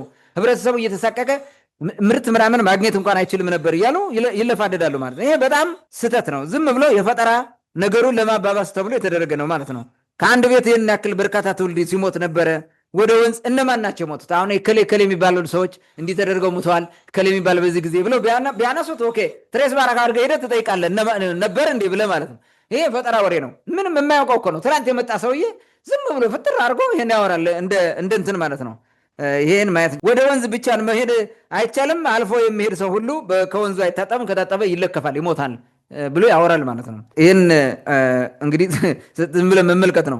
የውሸት ቀረዳ ነው የሚባለው በአራዳ ቋንቋ። ይህን ማየት ነው። ሌላው ጋዜጠኛ ተብዬው ምን ይላል መሰለ? ለዚህ ዘንዶ ፍየሎችና ዶሮዎቹን ይገብሩለት ነበረ። እነማን? በአካባቢ ያለ ህዝብ ማለት ነው። በግንቦት ወር በተለይ ነጭ ፍየል ያቀርብለት ነበር አለ። ነጭ ፍየል ያው ፈጠራ ነው። እዛ ቦታ በግንቦት ወር ጸሎት ተደርጎ ያቅም እንደዛ አያደርጉትም። የሚደረገው የነበረው ጥቅምት ላይ ነው። ድሮ የቀደሙ ማለት ብዙ ጊዜ የቆዩ ሰዎች አካባቢ ተወልደ ያደጉ ሰዎች አግኝቼ አዋርቻቸዋለሁ። ድሮ ህዳር ላይ የህገ ልቦና ስርዓት ይፈጸምበታል። ቅዳሴ ይደረጋል፣ ጸሎት ይደረግበታል፣ መስዋዕት ይቀርብለታል በህገ ልቦናው ስርዓት። ከዛ ያለፈ ሌላ ነገር አልነበረም። የአሁኑ ትውልድ ይሄ የለም። እነ እንትና ከመጡ በኋላ ለአከማራም ከመጡ በኋላ እኮ የለም። 1950ዎቹ በኋላ ያ ነገር የለም። ኦልሬዲ ከዛ በፊት ነው የነበረው ማለት ነው። ይደረግበት የነበረ ቦታ ነው። ከዛ በኋላ ተለቋል። እንተላ ለተወሰነ ጊዜ ዘልቋል። እስከ 1960ዎቹ ምናምን ዘልቆ መጥቷል። እንተላ በኋላ እየቀረ መጥቷል። ኦልሬዲ አሁን እሱ ቆሟል። ጸሎት አይደረግበትም። የአካባቢው ሰው ግን በህገ ልቦና ስርዓት የሚያምኑ ያን መጣል የማይፈልጉ አመት በዓሉን ጠብቀው አመት በዓል የጸሎት ስርዓት በሚደረግበት ጊዜ ወስደው ዶሮ ምናምን አስቀምጠው ይሄዳሉ። ለይደራ ያላቸውን ክብር ለመግለጥ ብቻ ነው። ሰይጣንን ልናመልክ ብለው ሄደው አያውቁም። ግን እነዚህ የህገ ልቦናን የመስዋዕት ስርዓት እንደ የሰይጣን አምልኮት አይነት ነገር አድርገው ስለሚያወሩ በቃ ከእንስሳ ጋር የሚደረጉ መስዋዕቶች በሙሉ ለሰይጣን የሚደረጉ አይነት አድርገው ስለሚያወሩት ማለት ነው። ስለሚያወሩት ዛሬም በዛ እንትን የባዕድ አምልኮት ነው የጣዖት አምልኮት አይነት ነገር እንደሆነ አድርገው ያወራሉ፣ ያራግባሉ ማለት ነው። ይሄ ትክክል አይደለም። ይህንን ያው እንግዲህ ስለሰማ ነው ማለት ነው። ሌላው ገዳሙ ከመመስረቱ በፊት አምልኮተ ባዕድ ይፈጸም ነበር አለ። ያ እንግዲህ ተላላኪው መነኩሴ ማለት ነው። ለጋዜጠኛ የሚያወራው ማለት ነው። ምላስ አለኝ ብሎ የሚያወራው አስገራሚው መነኩሴ ማለት ነው። እሱ አምልኮተ ባዕድ አምልኮት ይፈጠር ነበር። ምንድን ነው የሚባል ባዕድ አምልኮት? ለምንድን ነው የማይናገሩት? ጣዖት ይመለክ ነበር ነው የሚለው። ምን የሚባል ጣዖት ነው የሚመለከው? ዘጋ ዲያጎን ነው? ቤል ነው? ምንድን ነው እዛ ጋ ያለው ነው? ከግብፅ የመጣ ጣዖት ነው እዛ የቆመ። ምን አይነት እንትን ጣዖት ነበረ ነው? ሸዋ ነበረ እንደሚሉት ደሰቅ ነው። የት አለ የጣዖት ስም ራሱ? ቅማንት ውስጥ የጣዖት ስም አለ። የቅዱስ ሚካኤል፣ የቅዱስ ገብርኤል፣ የቅዱስ ሩፋኤልን የቅዱሳን አባቶቻቸውን ስም ነው የሚያነሱት ከእግዚአብሔር ስም ቀጥሎ ማለት ነው። አማልዳችሁ እናንተ ተማልዳችሁ አማልዱን እያሉ የሚጸልዩት ማለት ነው። ከየት አምጥተውት ነው ይሄን የሚያወሩት? ከየት ማስረጃ አልባ እንዴት እንዲወራል? ምን ማለት ነው ይሄ? የህገ ልቦና አምልኮት ስታጣጥል የቅማንትን ህዝብ እያጣጣል እየሰደብከው ነው። ዘንዶ ያመልካል ስትል የቅማንትን ህዝብ እያዋረድከው ነው። ዘንዶ አምላኪ ነው እያልከው ስለሆነ ማለት ነው። ስለዚህ ይሄ ትክክል አይደለም። ትልቁ ስራ የተሰራው ነው። የአካባቢው ማህበረሰብ ወር በገባ በመባቻ እና በአበይት በዓላት ብሎ ሰኔና ህዳር ሚካኤል መስዋዕት ያቀርባል ብሎ ዶሮና በግ ነው ያለው። እሱ ያኛው ፍየል ነው ያለው። ያ እንግዲህ አማራ ነኝ የሚል ነው፣ ለማጣጣል ነው። ይሄኛው ቅማንት ስለሆነ ተላላኪ ደብተራ ስለሆነ ስለሚያውቀው ነው። ግን ለጣዖት ነው ብሎ ቢያወራም ዶሮና በግ መስዋዕት ይደረጋል። በቅማንት ህገ ልቦና ስርዓት እነዚህ የተፈቀዱ ናቸው፣ ይደረጋል። ግን ለጣዖት አይደለም የሚደረገው። ለጣዖት አምልኮት የሚባል ነገር የለም። እንዲህ አይነት ነገር ሆኖ ስለማያውቅ ማለት ነው። ጥንታዊ ሃይማኖት የእነ አብርሃምና ሃይማኖት ከዛ በፊት የነ አዳምን ሃይማኖት ማለት ነው የነ መልከጼዴቅን ሃይማኖት ይዘው የቀጠሉ ናቸው የቅማንት ገልቦና አምልኮት ተከታዮች ማለት ነው። ይሄንን ለማዋረድ እንትን ለማድረግ የተደረገው ነው። ተራራው የጣዖት ቦታ ነበረ። በዚህ ምክንያት የጣዖት ቦታ በመሆኑ የዲያብሎስ ሰራዊት መገኛ ነበረ ብሎ ያወራል። የዲያብሎስ ሰራዊት መገኛ ስንት ሰራዊት ነበረው? ማን ይባላል? እዚያ ያለው አይቶታል፣ አግኝቶታል። በምን ተረዳው? ይሄ እኮ ራሱ ስለ መንፈስ እኮ የሚያውቅ ነገር የለውም። በነገራችን ላይ ብዙ መነኩሴ ነኝ ምናምን የሚባለው ስለ መንፈሳዊ ውጊያ የሚያውቁት ነገር የላቸው። ዝም ብለው ከማውራት ውጭ ማለት ነው። ደብተራው የሰራው የድንቁርና ትርክት አለ ዝም ብለ ማለት ነው።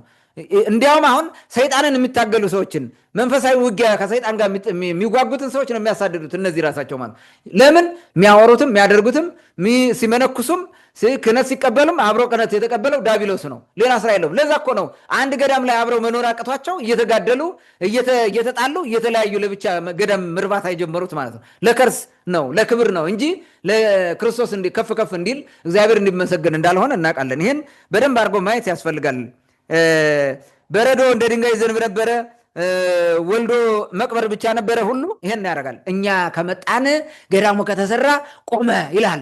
ከዛ በፊት እኮ አይነት ውሃም ኪዳነ ምሕረት ጅሃ ጊዮርጊስ ሌሎችም ቤተክርስቲያናት አሉ በዛ አካባቢ። ከሱ ይሄ ከመሆኑ በፊት ማለት ነው። እነዛ አይሰሩም ማለት ነው። እነዛ ቤተክርስቲያን አይሰሩም ምን ማለት ነው? ይብላየ የሚከፋፈል መንግስት አይጸናም ማለት እና ጅሃ ጊዮርጊስ እዛ አጠገብ አለ።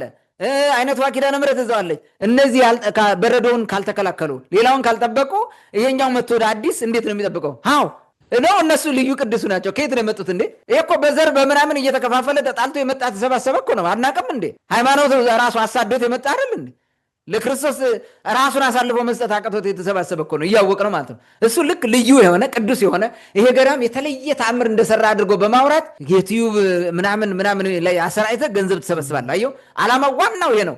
የውሸት ትርክ ትፈጥረ ማለት ነው። ዛሬ ብዙ ነገር የሚሉት ስለ ተክለ ሃይማኖት የሚቀኙት የሚያደርጉት ነገር ገድለ ተክለ ሃይማኖት ላይ ስለ ላሊበላ ወይንም የዛጉዌ ሥርወ መንግስትን ዲቃላ መንግስት ብለው ስለሰደቡ ንቋቸዋል እግዚአብሔር ስላሉ በዶሮ ጭንቅላት ትርክት የተቀለደው ያን ሁሉ እያዩ ነው ዛሬ እንደፈለጉ የሚያደርጉት ማለት ነው። እንዲህ አይነት አደናግሮ ቅዱስ ያልሆነን ቅዱስ እርኩስ የሆነውን ቅዱስ ቅዱስ የሆነውን እርኩስ እያደረገ መሄድ ስርዓት ትክክል አይደለም፣ ተገቢ አይደለም። በደብተራው ዘንድ ይሄ መቆም አለበት። ቤተክርስቲያን ይሄን መስራት አለባት። ሌላው ለመሆኑ ገዳሙ እንዴት ተሰራ፣ ማን ሰራው የሚለውን እንግዲህ እዛው ተነግሯል። ቅድም እንደሰማችሁት እንትኑ ላይ በትግል ድንጋይ አካባቢ ያለው የቤተክርስቲያንና የገዳም አሸን እየፈላ ወይንም የሚፈላው ቄሶችና መነኮሳት እርስ በርሳቸው ስለሚጣሉ ነው። ዛሬ ትግል ድንጋይ አካባቢ ብትሄድ ቤተክርስቲያን ምናምን ገዳም የሚባል በአንድ አሸን እንደ ጉንዳን ፈልቷል።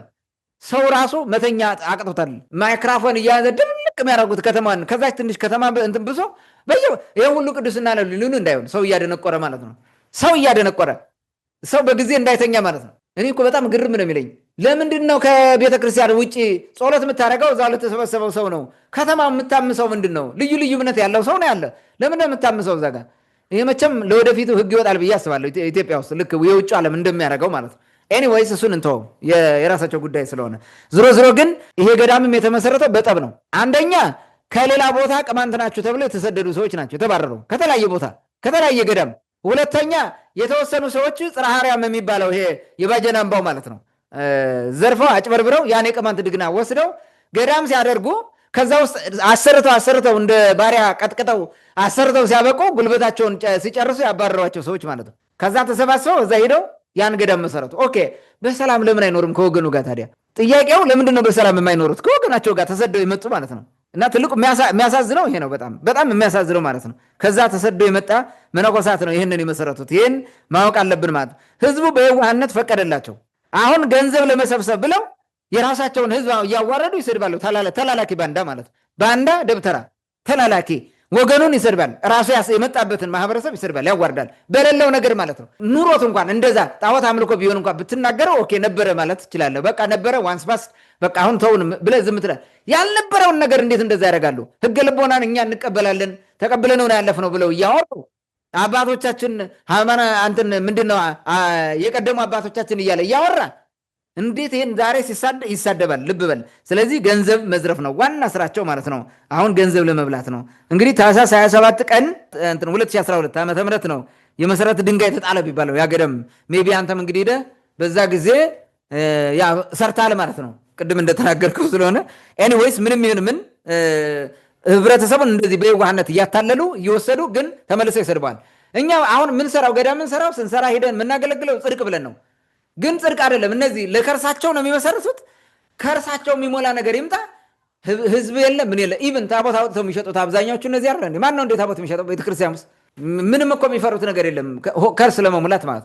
ይሄን ጉድ ሁሉ ተሸክመን ይኖር ነው። ይሄ መቆም አለበት ይመስለኛል። ሌላው ተፈናቅሎ የመጣ የቅማንት መነኩሴ ያፈናቀለው ቅማንትነቱ መሆኑ እያወቀ ተመልሶ መጥቶ ቅማንትነትን ሲሰድብ አያፍርም? የኔ ጥያቄ በጣም የሚያሳዝነኝ ይሄ ነው። በቅማንትነት ያ ማን ነው ዛየደ የሚባለው ሰውዬ ማለት ነው። ያ ባህታዊ ገብረ መስቀል ያሉት ማለት ነው። የአረንጓዴ ቢጫ ቀይ የሚጎትተው ፖለቲከኛ እሱ የሚያወራውን ዋልድባ በነበርንበት ጊዜ አንድ ከጭልጋ የመጣ ቅማንት ጓደኛዬ የደረሰበትን መከራ ተማሮ ጥሎ ሄደ። እንዲህ አይነት ችግር አለ። ስለዚህ እኛ በልጠናቸው እንገኝ አማራ እንሆነ እነሱ ጋር እያለ የሚሰብክ ማለት ነው። የሚሰብክ አማራ ነኝ ብትል መች ተዋል? ቅማንትነትን ቆጥሮ ያውቅ የለ እንዴ? ያውቃል እኮ አሁን ከዚህ በኋላ አማራ ነኝ ብትል ማን ይምርሃል? ያውቃል። እንዲህ አይነት ስብከት ሁሉ ይሄን ሁሉ ችግር ያለፉ መተው ምንድነው በዚህ ደረጃ የሚደናበሩት? እና በጣም የሚያሳዝን ነው እንዲህ አይነት ነገር የሚሰራ ማለት ነው። ሶ አድርባይነት ስለነገሰባቸው ለጌቶቻቸው ለመወደስ በጌቶቻቸው ማለት ምክንያቱም ቤተ ክህነት ነው የሚመራው ከላይ ቤተ ክህነቱን የተቆጣጠረው የወረዳ የእንትን ሀገረ ስብከት ምናምን የሚባለው የሚቆጣጠረ ያባራል ከፈለገ። ስለዚህ ያንን አስደስተ ለመኖር ብር መሰብሰብ አለብህ። ካገኘው ብር ደግሞ ታካፍላለህ ለነዚህ እየሰጠ ማለት ነው። ስለማውቃቸው ማለት ብዙን እንዲህ አይነት ነገር ስለሆነ አድርባይነት ነው። ሌላው ደብተራዊነት ነው።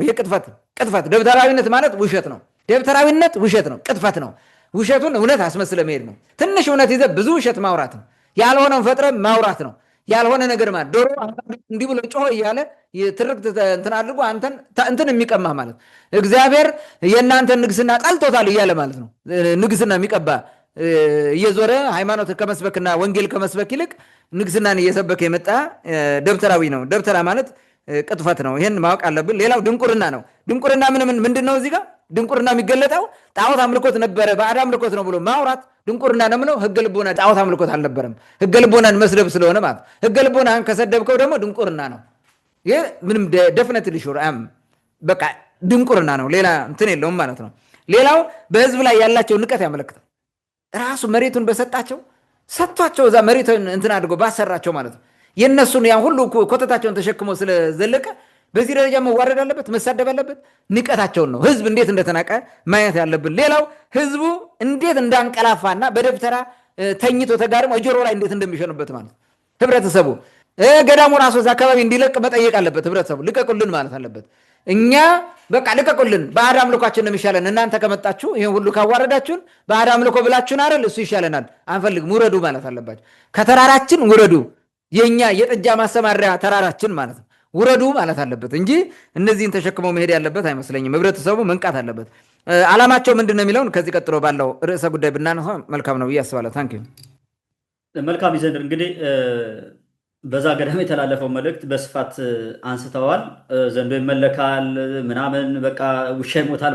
በጣም የሚያሳፍር የሚያሳዝን። ግን እዛው ቦታው ላይ ሄደህ የት አለ ዘንዶ ሲመለክበት የነበረው ቦታ ምልክት አሳይ ብትለው ምንም ነገር የሚያሳዩት የላቸውም። በቃ ወንዙ ራሱ ቅድም የጠራው ምንድን ነው የሚባለው ጀሊኩላ ኩራ ነው። እሱ ራሱ ወንዙ የከተማው ሰው የትክልንጋይ ሰው በባጃጅ በምን ወርዶ ሄዶ ስንታጠብበት ምናምን ምንም ነገር የለም። ውሸት ነው። ይሄ ውሸት ነው። ዝም ብሎ የሆነ ታይም ከመንገድ በታች ከአስፋልት በታች የሆነ በጣም ጉድጓዳ ባህር አለ። እዛ ውስጥ ወድቆ የሞተ ሰው ምናምን ነበረ። እንግዲህ የሆነ አንድ ጊዜ የሆነውን ከዛ በኋላ ሁሌ እንደሚሆን አድርገህ ሳይኮሎጂካሊ ህዝቡን በመጉዳት እሞታለሁ ብሎ እንዲያስብ በማድረግ ነው። ቅድም እንዳልከው ብዙ እውነት ስለሄድክ ሰይጣን አይምርም። ትንሽ አንድ እውነት ስለሄድክ ሰይጣን እንትን አይገልም። እና በዛ መንገድ ነው እንደዚህ ያደረጉት። ሌላው አርሴማ እና ተክለ ሃይማኖት ጽላት ያለበት ገዳም አለ ታች ከመንገዱ ላይ ማለት ነው። አቦ የቤተክርስቲያን ያለበት ታውቆ ከሆነ ከሱ በሹማራ ሎምዬ ስር ነው። ግን ሹማራ ሎምዬና አይነቷ ኩታ ገጠም ስለሆነ በጣም ቅርብ ነው በነገራችን ላይ። እና ካህናቱ እንዴት እንደሚጣሉ እንደውም የሆኑ አባት ራሱ ያን መድኃኔዓለም ገዳም የመሰረቱ አባት የነገሩኝ ማለት ነው። ከዛ አርሴማ የሚባለው ገዳም ሄደን እዚህ ጋር የሴት ገዳም መሆን አለበት ተብሎ ሲመሰረት ለወንዶች ተብሎ ነው ወደዛኛው ቦታ ሄዱት፣ ተገንጥለው ሄዱት ማለት ነው። መጀመሪያ ቅድም እንዳልከው ከላይ ከስላሴ ገዳም ጋር አልስማማ ብሎ ነው ከታች የሴቶች ገዳም የመሰረቱት። የሴቶች ገዳም የሚባለው ከአስፋልቱ ጥግ ስለሆነ ገቢ እንደፈለገ ነው የሚያገኘው። በነገራችን ላይ መንገድ ላይ ስለሆነ ሰው ይከፍላል። በቃ በዛ ያለው ሽፍታው ምኑ መከራ ስለሆነ አውጣኝ እያለ ይከፍላል። ይሄ እየታወቀ ነው። በዚህ የተነሳ የሹማራ ቤተክርስቲያን ቅሬታ አለው፣ የሚካኤል ቤተክርስቲያን ቅሬታ አለው። ምክንያቱም ወረራ ነው። እንደውም መድኃኔዓለም ቤተክርስቲያን በ2012 ቅድም ያልከው እዛ አሁን የተመሰረተው መድኃኔዓለም ገዳሙ ማለት ነው ገርድባ ያለው ሲመሰረት መድኃኔዓለም ጽላት እንደሚያስገቡ ሲያውቁ ሚካኤል ቤተክርስቲያን አምጥቶ ሌላ ጽላት ጨመረ ማለት ነው መድኃኔዓለም። ይሄ ምንም ሊክዱታቸው ነው በነገራችን ላይ ስለምናወራ በግልጽ ከዛ ቦታ ቁጭ ብለን እና በጣም ብዙ ነገር ነው የሚደረገው። አሁን ላይ ግን ገልጾላቸው ህዝብ መሳደብ ጀመሩ ማለት ነው። ሰው በቅንነት ነው የሚያገለግለው፣ እናንተ ግን እነሱ ግን ሌላ ስራ ነው የሚሰሩት ማለት ነው። አሁን ጣዖት አምላኪ ዘንዶ አምላኪ ብለህ ህዝቡን መሳደብ ተጀመረ ማለት ነው። አሁን ቤተክርስቲያን እዛ አካባቢ ሲሰሩ ምንድነው የሚያደርጉት መሰለ? ህዝቡ ማይቃወሙ ነው አይደለም፣ አይሰራም ብሎ ማይቃወሙ ነው አይደለም። መጀመሪያ የሆኑ ሰዎች በጥቅም ይይዛሉ።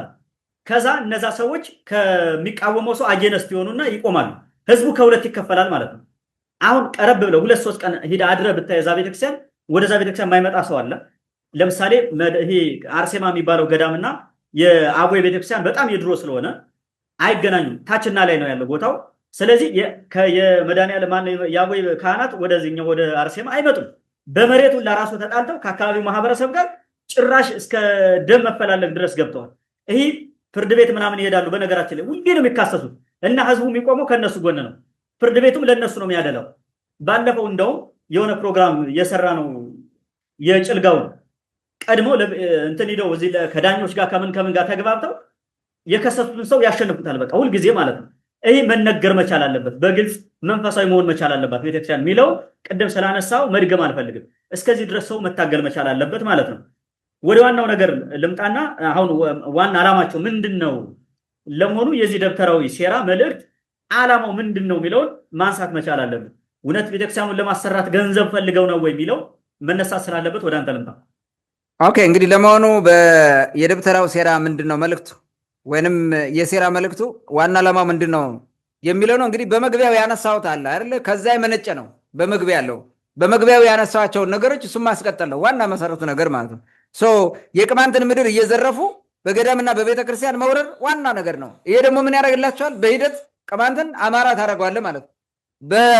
በእንደዚህ አይነት ነገር ሂደህ መሬቱን ትወራለህ፣ የኔ ነው ትለዋለህ። ከዛ ቀስ በቀስ ይጠፋል። በቃ ታጠፋለህ። የቅማንት ህዝብ ይጠፋል። ቋንቋዬን፣ ወገን፣ ባህሌን ላሳድግ የሚለውን ነገር ታስተዋለህ። በዛም በዚህም ያደነቆሩታል። እያደነዘዙ ደብተራ እኮ ስራው ማደንቆር ነው፣ ማደንዘዝ ነው እንጂ ወደ ጽድቅ መምራትም አይደለም። ወደ ጽድቅ መምራት አይደለም።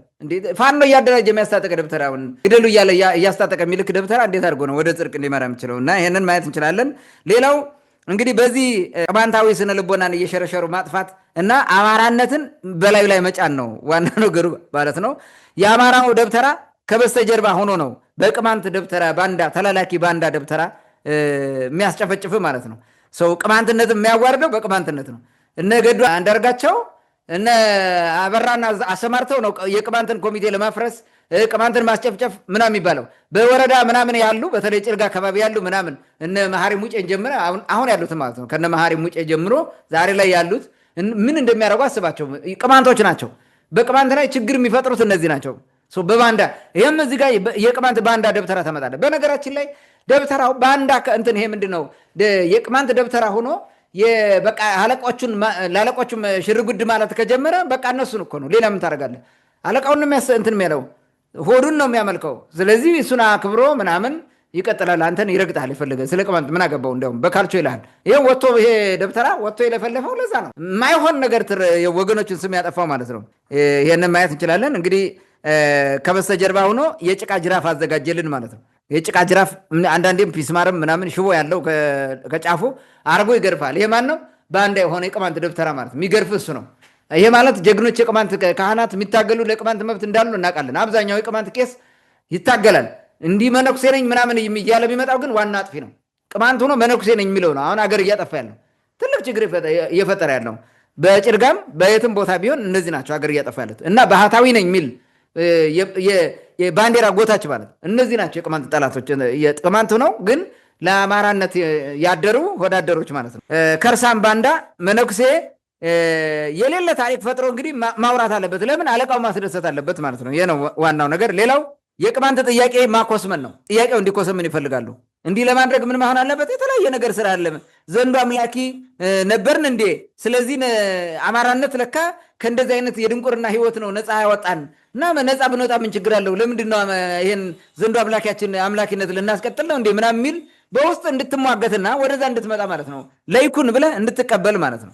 እናም አማራነት የንጽህና እና የልዕልና ወይንም የንጽህና ወይም የልዕልና የውሃ ልክ ሆኖ እንዲታይ አድርገው ተቀብለው ትሄዳለህ ማለት ነው። ስራቸው ዓላማቸው ይሄን ማድረግ ነው። ከጥንት ጀምሮ የቅማንት ህዝብ ፍዳውን ያየው ደብተራ በሚያሰማራው ባንዳ ነው። ደብተራ ሆኖ ባንዳ በላከ ማርያም ጊዜ ምን አድርገ እንትን የገጠሙትን ግጥም አይታል። ቄሶቹ ራሱ ላከ ማርያም ከመጣ እንኳንስ ቅማንቱ ዶሮ ነፃ ወጣ ብሎ እንትን እያደረገ የቅማንት ግልቦና እንዴት ሲያቋሽሽ እንደነበረ ማለት ነው። የዶሮ መስዋዕት በቅዳሴ ጊዜ ሁሌ ዶሮ መስዋዕት ስለሚቀርብ ዶሮዎች ስለሚታረዱ እነሱ ሁሉ ነፃ ወጣ ናቸው አለ። እንዲህ አይነት ነገር ነው። ግን መተው የወረሩት ድግናው ነው ያደረጉት። እንደዛ ነው። ህዝቡ ተገዶ ነው የተጠመቀው። ወዶ የተጠመቀ የለም። እንዲህ እያደረገ ግን ልብ መሸርሸር ምናምን ስራ የሰራው የኛው ደብተራ ነው። ከዛ ተከትሎ ደግሞ ይሄኔ ቀረ ኋላ ቀረ የቀደመ ነገር ተውት እያለ ያጠፋን የራሳችን ደብተራ ነው። ሄዶ በዛኛው እንትን መንፈስ የተዋረሰው ማለት ነው። ያንን መገንዘቡ ጥሩ ነው ብዬ አስባለሁ። ከጥንት ጀምሮ የሚያደርጉትን ማለት ነው።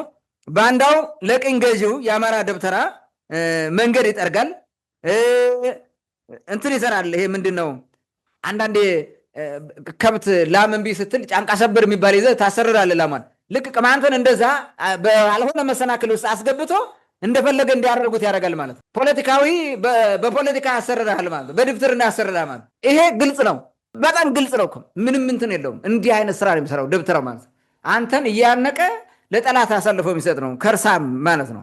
ባንዳው ለአማራ ደብተራ የሚሰራው ነገር መንገድ ይጠርጋል። አሁን እንደነገርኩ ሌላውም እንዳልኩት ነው። ሌላው ህዝቡን ያደነዝለታል። አረ ይሄ የቀደመ ነገር ተውት እንዴ አሁን እንዲህ ምናምን እያለ ያጠፋል ማለት። እምቢ ካለ አውግዣ አለው ይልሃል። እንደዚህ አይነት ነገሮችን ያመጣል ማለት ነው። ይሄ በተለይ መነኩሴ ምናምን የሚባል ነገር የቅማንትን ምድር በገዳም ምናምን እያለ ያጠፋው መነኩሴ የሆነ ቅማንት ነው። እንዲህ ያደረገ እየመጣ ያበላሸ ማለት ነው። በብዙ መስዋዕትነት ያስመለስነውን ማንነት ማጥፋት፣ እንዲጠፋ ማድረግ፣ ማስጣል፣ ህዝቡ እንዲጠነዝል፣ በትግሉ እንዲዝል፣ በቃ እንዲቀር አይነት ነገር እንዲያደርግ ስራ መስራት ነው። ይሄ ማጣጣል ማለት ነው። የአማራነት መንፈስ አዋራሾች ናቸው እነዚህ ተላላኪ እንትኖቹ ማለት ነው። ይሄ ባንዳው ማለት ነው። ይሄን ያዋረሳል። ከዛ በኋላ ትቀበላለህ። ምን ችግር አለው? አማራነት እኮ ክርስቲያን ነው፣ በቃ ምንድነው ችግሩ ብለህ እንድትሄድ ማለት ነው። የቀደመ ታሪክን፣ ወግን፣ ባህልን፣ ማንነትን ታጠፋዋለህ ማለት ነው። ኬርለስ ትሆናለህ። ለዛ እንደዛ ማድረግ ነው። ሌላው እንግዲህ እንዲህ አይነት ዘገባዎች ለዓለም በማሳየት ማለት ነው። እንደዚህ አውጥተህ በማሳየት ለዓለም ታሳየዋለህ። እነዚህን ዘገባ አሁን እንግዲህ ዘንዶ ይመለክበታል ብሎ አጋነው ነው የዘገቡት አይደለ? ሲመለከት ይህን ቦታ ፈልገህ ታገኘዋለህ። የት ነው የሚለው መጨረሻ ላይ ለአርማጭሆ ይላል። ለአርማጭሆ የቅማንት ቦታ እንደሆነ ያውቃሉ። ያንን ካዩ በኋላ ለካ ቅማንት ዘንዶ አምላኪ ነው እያለ ዓለም ዘንዶ አምላኪ ሊልህ ነው ማለት ነው። ነገ ዘንዶ አምላኪ ብሎ ይሰድባል። ይሄን አይቶ መጥቶ ማለት ነው። እንዲህ ያደረገ ያመጣል። ማጣጣል ማለት ነው። እንዲህ ሳረገ ደግሞ ምንድን ነው የምትለው? ቅማንት ዘንዶ አምላኪ ነው ከተባለ በሌላው አበሻ ዘንድ ምን ትሆናለህ ማለት ትጠላለህ። የዘንዶ አምላኪ ማይረባ ምናምን እንድትባል ማለት ነው። ዜን ከትግል ጎን የሚሰለፍ ሰው ታጣለህ፣ የሚያግዝህ። ይህንን ዘንዶ አምልኮ ለመመለስ ነው የሚታገሉት እንጂ ማንነት አይደለም ብሎ እኮ ነው የሚሰብኩልን። ይሄ እንትኑ ነው አንደምታው ዓላማው። እንዲያ እያደረገ ስም ማጥፋት የሚጠቅማቸው ለዚህ ነው። ሌላ ነገር ላንሳ። ለመሆኑ ቅማንት ዘንዶ ያመልካል? አምልኮ ያውቃል? ባዕድ አምልኮት አለው? ምን ይባላል? አንድ ቀን የቅማንት ህገ ልቦና የአምልኮት ወይም የቅማንት አምልኮት እነሱ የሚሉት ህገ ልቦና ባይሉትም ምንድን ነው ብለው አጥንተው መርምረው አያውቁም፣ አይተውት አያውቁም። ያውቁታል ግን መናገር አይፈልጉም። የት ነው የሰይጣን ስም የተጠራው? ማን ነው የሚባለው? እዛ ያለው ዘንዶ ምን ብለው ይጠሩታል? መቼም ዘንዶ ብለው አይጠሩትም። ዘንዶ ብዙ ስለሆነ ማለት ነው። እዛ ዘንዶ ቢኖር የሚያመልኩት ከሆነ ዘንዶን ምን ብለው ይጠሩታል? ያን ዘንዶ የሚያመልኩትን ስሙ ምን ነበረ? ያ ዘንዶ ሲመለክ ማለት ነው። አምላካችን ብለው ሲጠሩት እኮ ያ ዘንዶ ነው የሚጠራው፣ ስሙ ተጠርቶ ነው እንጂ ዝም ብለው ሄደው አይሉም። እንደዛ አይደለም። ሄደህ ዘንዶውን ተንበርክከህ ስሙን ጠርተህ ነው መስዋዕት የምታቀርብለት። ምን ብለው ይጠሩታል? ያን ዘንዶ ስሙ ምን ይባላል? አለ የለም ስለሌለ ማለት ነው። አይነግሩህም። ይሄን ዶሮ ስለሰዋ በግ ስለተሰዋ በቅዳሴ ስርዓት ነው፣ በጸሎት ነው የሚደረገው። ይሄ ስለደረገ ባዕድ አምልኮት ነው ብሎ ማውራት ውሸት ነው። የት አለ? ምን ይባላል?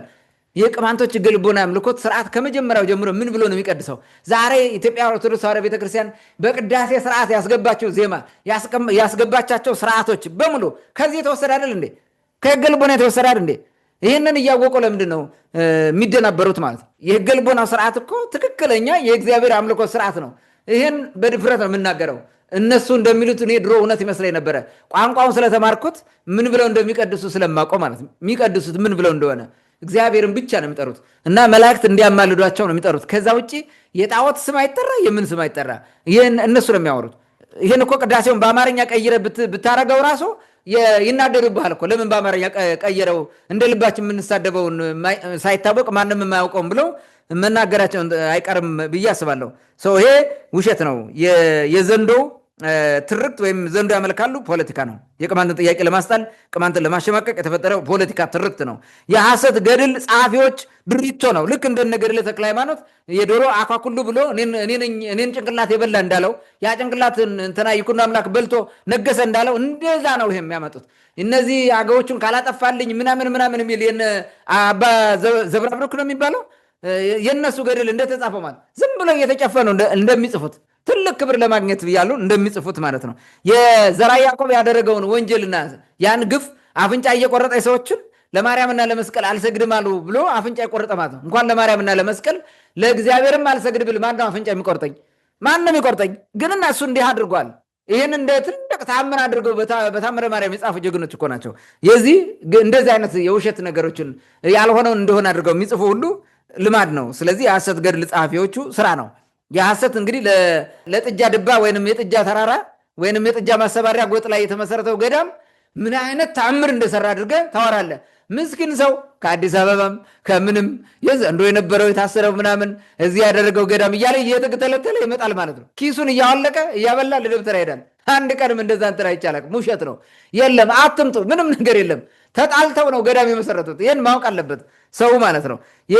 ሌላው ምንድን ነው? እዚህ ጋር ፖለቲካዊ ደብተራው የሚፈጥረው እምቡትሪያ ነው፣ ማስፈራሪያ ነው። አንተ ስነ ልቦናህን ይጋልባል እንዲያደረገ ማለት ነው። ደብተራ ከጥንት ጀምሮ ይሄን ነው የሚያደርገው።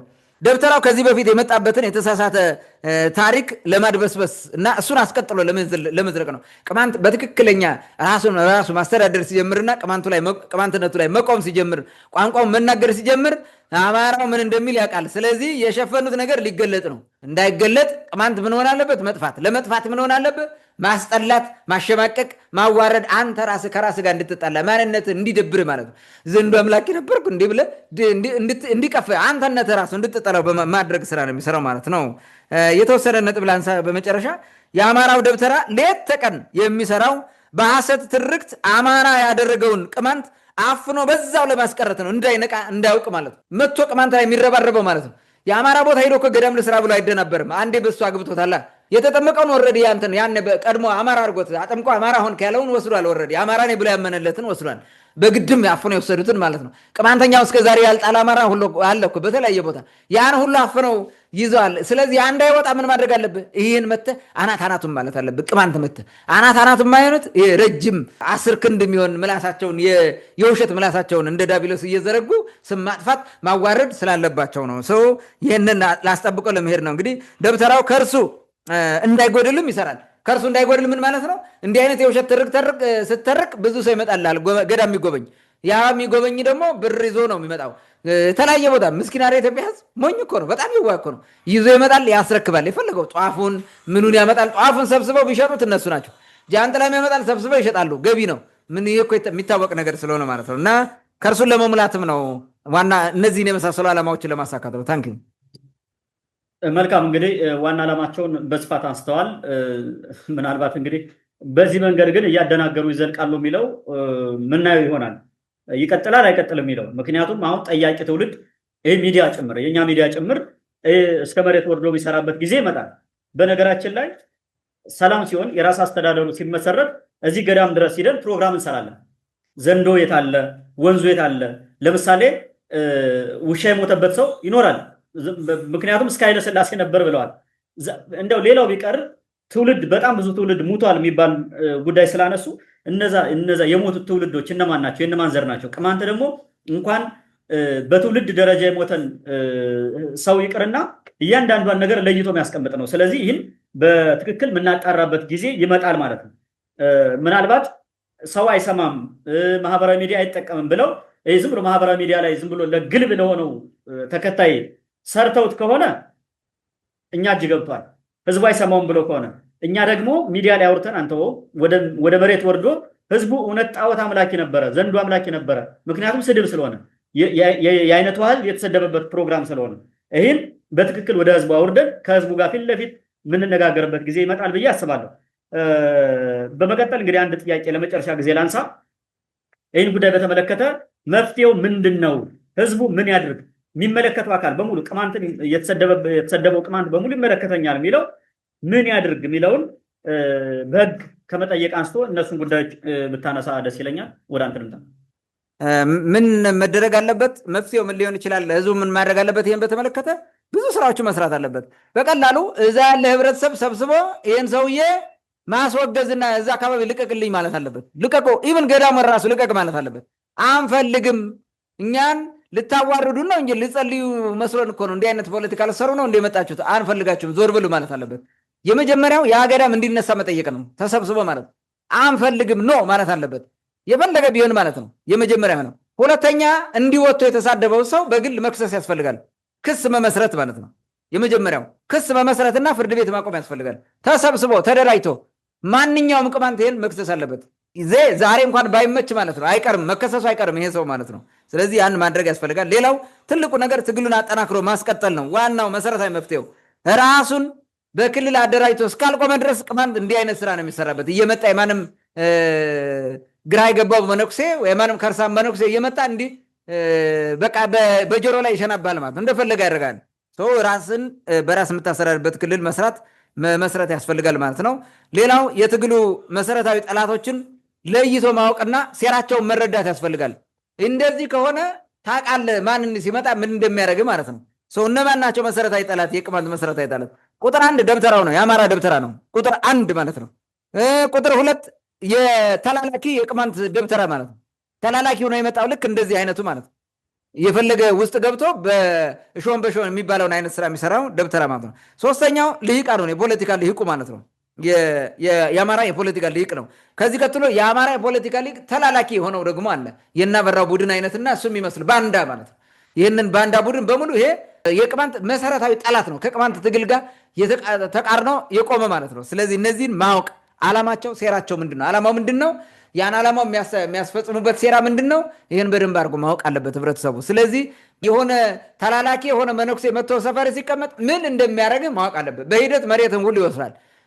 እነዚህ እኮ የሆነ ቦታ ገዳም የሚሰሩና አንድ ቦታ ከዛ ይሄንን ካላስለቀቅናቸው በሙሉ የኔ ነው እኮ ብለው ጩጊ እኮ እንደዛ ነበር የሚደረግ የነበረው። ጩጊ ማርያም ሲጀመር የጩጊ የጥንት የህገ ልቦና አምልኮ ስርዓት የሚፈጸምበት ነው የነበረው፣ የድሮ ማለት ነው።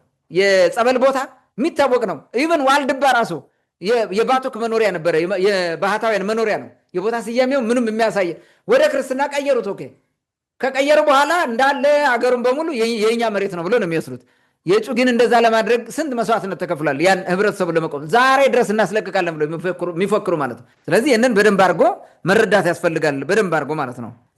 የሃይማኖትና የብሔርን ጉዳይ ነጣጥሎ መመልከት ያስፈልጋል። ሃይማኖት ሌላ ነው፣ ብሔር ሌላ ነው። ቅማንትነት ሌላ ነው፣ አማራነት ሌላ ነው። ቅማንትነት ሌላ ነው፣ ክርስትና ሌላ ነው። ቅማንት ሆነ ክርስቲያን ልትሆን ትችላለህ፣ ሙስሊም ልትሆን ትችላለህ። ከክርስትናም የተለያየ ዲኖሚኔሽን ሊኖር ይችላል። የፈለግከው መሆን ትችላለህ፣ መብት ነው። የህገ ልቦና የአምልኮ ስርዓት ተከታይ ትሆናለህ፣ መብት ነው።